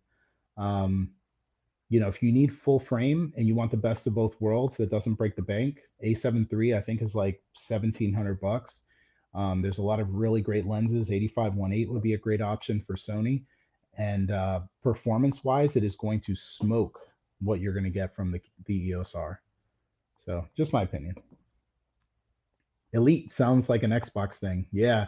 I was just trying to think, like, how do you separate it? I mean, obviously, if you're going to have a lens that's like, pushing that type of price point, like it needs to be special, So I don't know. Maybe it's just called Elite. I don't know. Series X. There we go. I like that. Just like an Xbox. Robert, hey from Brooklyn. How's it going? Should I sell my A7 III? A7 III is a really good camera. I mean, I was just talking about it. I don't know that you should sell it unless you see something else that you like. If you have a budget for something different, by all means. What's a good upgrade for the A7 III? Cannot do A1 yet. Is R4 a good choice for now? Absolutely. Absolutely. A7 III up to A7 R4 would be such a massive jump. I had this conversation with Manny Ortiz several times. Like R4 is beyond a good choice. 100%. Is the 85 GM still worth buying at present? Depends on what you shoot. 85 G Master is a great lens. For my style and for the work that I do, I like my 85-1.8. But yeah, it's good. Physics does restrict the small, fast lens idea. Even current manufacturing and technologies tools hit their limits. I bet R&D are working on it, but we might not be there yet. My professional opinion. Yeah, I agree with you. That's what I'm saying. A lot of the things that we would like as photographers are things where, when you sit down and you start doing the math and you try to figure out like what would it take to produce this type of a product, it may be mathematically impossible right now. But here's what I will say is that it is mathematically at times impossible to have an A1. You know what I mean? Like, so to me, it's crazy to me, having used a bunch of 51.2 lenses, that I got this 51.2 from Sony that's, this small, that this light that focuses this fast, that gets the subjects this sharp. Like, to me, it's like, I didn't know that was possible, but here it is. Like, I got one. So yeah, I think physics sometimes does kind of hold us back from achieving some of the things that we would like to see as photographers. But here's the one thing I can say about Sony specifically: the folks, the engineers that create these products are beyond brilliant. Like, I've said this now for a few years, and I can't wait to hopefully get to Japan at some point and maybe try to weasel my way into the to talk to the guys who develop these things. But I'm of the opinion, I'm pretty sure that they have like kidnapped an alien from another universe that has like all this high level tech, and I feel like they've like kidnapped these aliens and just absorbed all of their information, and that's how they're creating this stuff. Because some of the stuff, honestly, when it comes out, like, I'm just like, how do they do that? How's that possible? You know what I mean? Like, I think to myself, like, how is it possible that they came out with these compact primes with an aperture ring, with a focus hold button, with an AF/MF switch, with the D-click, when just a few years ago, the 35-2.8 didn't even have anything but a focus ring, right? So like, there's a part of it where I'm just like, yeah, I understand why it's not available right now. But then there's another part of it where I'm just like, they've already done a bunch of stuff that I can't believe that they've done. you know? So what can't they do at this point, you know? I think it's just a matter of what people are willing to buy. So thanks, Miguel. Always a pleasure listening to you. Very honest and down to earth. Real talk. Well done, my friend. Thank you. I try. I try. And I'm glad you enjoy it. I really like Sony, but I only have EF lenses and a lot to invest to get a new line of lenses from the bottom. Not quite, because you could actually take your EF lenses, you could buy an adapter, you can use your EF lenses on an A7 III, and the performance is going to be akin to what you're going to get using an EOS R, because you still have to buy an adapter to use those lenses on an EOS R. So even more so, I would tell you, look at the A7 III, look at a camera like the A7R4, buy yourself an adapter. You can get one of the adapters for $100. I mean, they're very inexpensive and they work really well. You could actually go on my YouTube channel a few years back with the A7R2. I was using a $100 adapter with my Canon lenses, and I showed the autofocus. And we're talking A7R2. That's nowhere even close to what Sony has been able to do with the A7 III, the R3, the R4, the A1, the A9. Like the autofocus technology it's not like incrementally better. It's exponentially better than it was on the R2. But you could see, even looking at the R2, using one of those adapters, how fast and how good the autofocus was.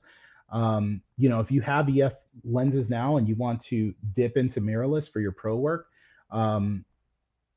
get an adapter for $100. Get an A7 III. You're gonna be happy. I like it. Sony G/Master Series X Master without the R.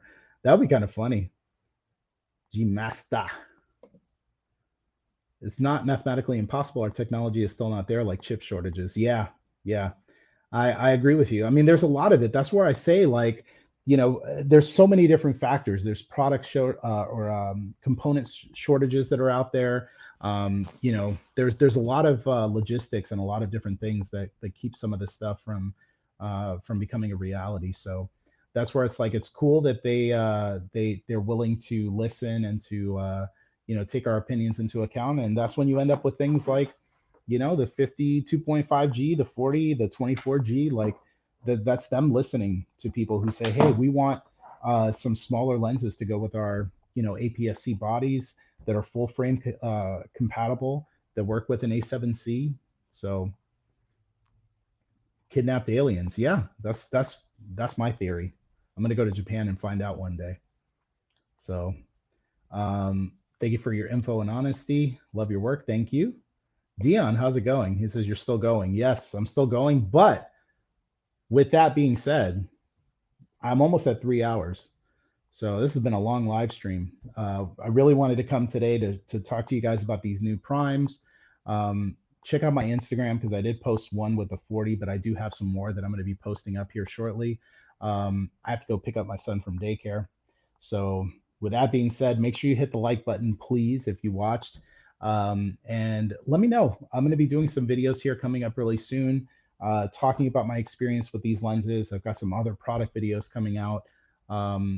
I have a video for Alpha Universe that should be coming out. If it's not already out now, it will be out in the next day or so, where I'm actually out shooting with these lenses. So if you can't wait for it to release on my channel, head over to the Alpha Universe YouTube channel and you can watch the videos that I've created there, because I have quite a few videos there. And yeah, subscribe if you're watching for the very first time. You know, most of you guys are subscribers because you got the notification and you're watching. But you know, if you haven't subscribed, please do, because again, new videos are going to be coming out, and I've got a bunch that I'm sitting on. I just need a minute, man. It's like last week the 51.2 came out. I had to do the video for that. Then these 3 lenses come out. It's like, it's a good time to be a photographer. There's a lot of cool stuff coming out, a lot of options, but I just need a minute so I can catch up and you know, make some more videos for you guys. So with that being said, continue to stay safe out there, keep shooting, and let me know any things that you want to see from me as far as videos in the future. Let me know. I'll make sure that I work on those. And yeah, thanks for watching. Check you guys out later.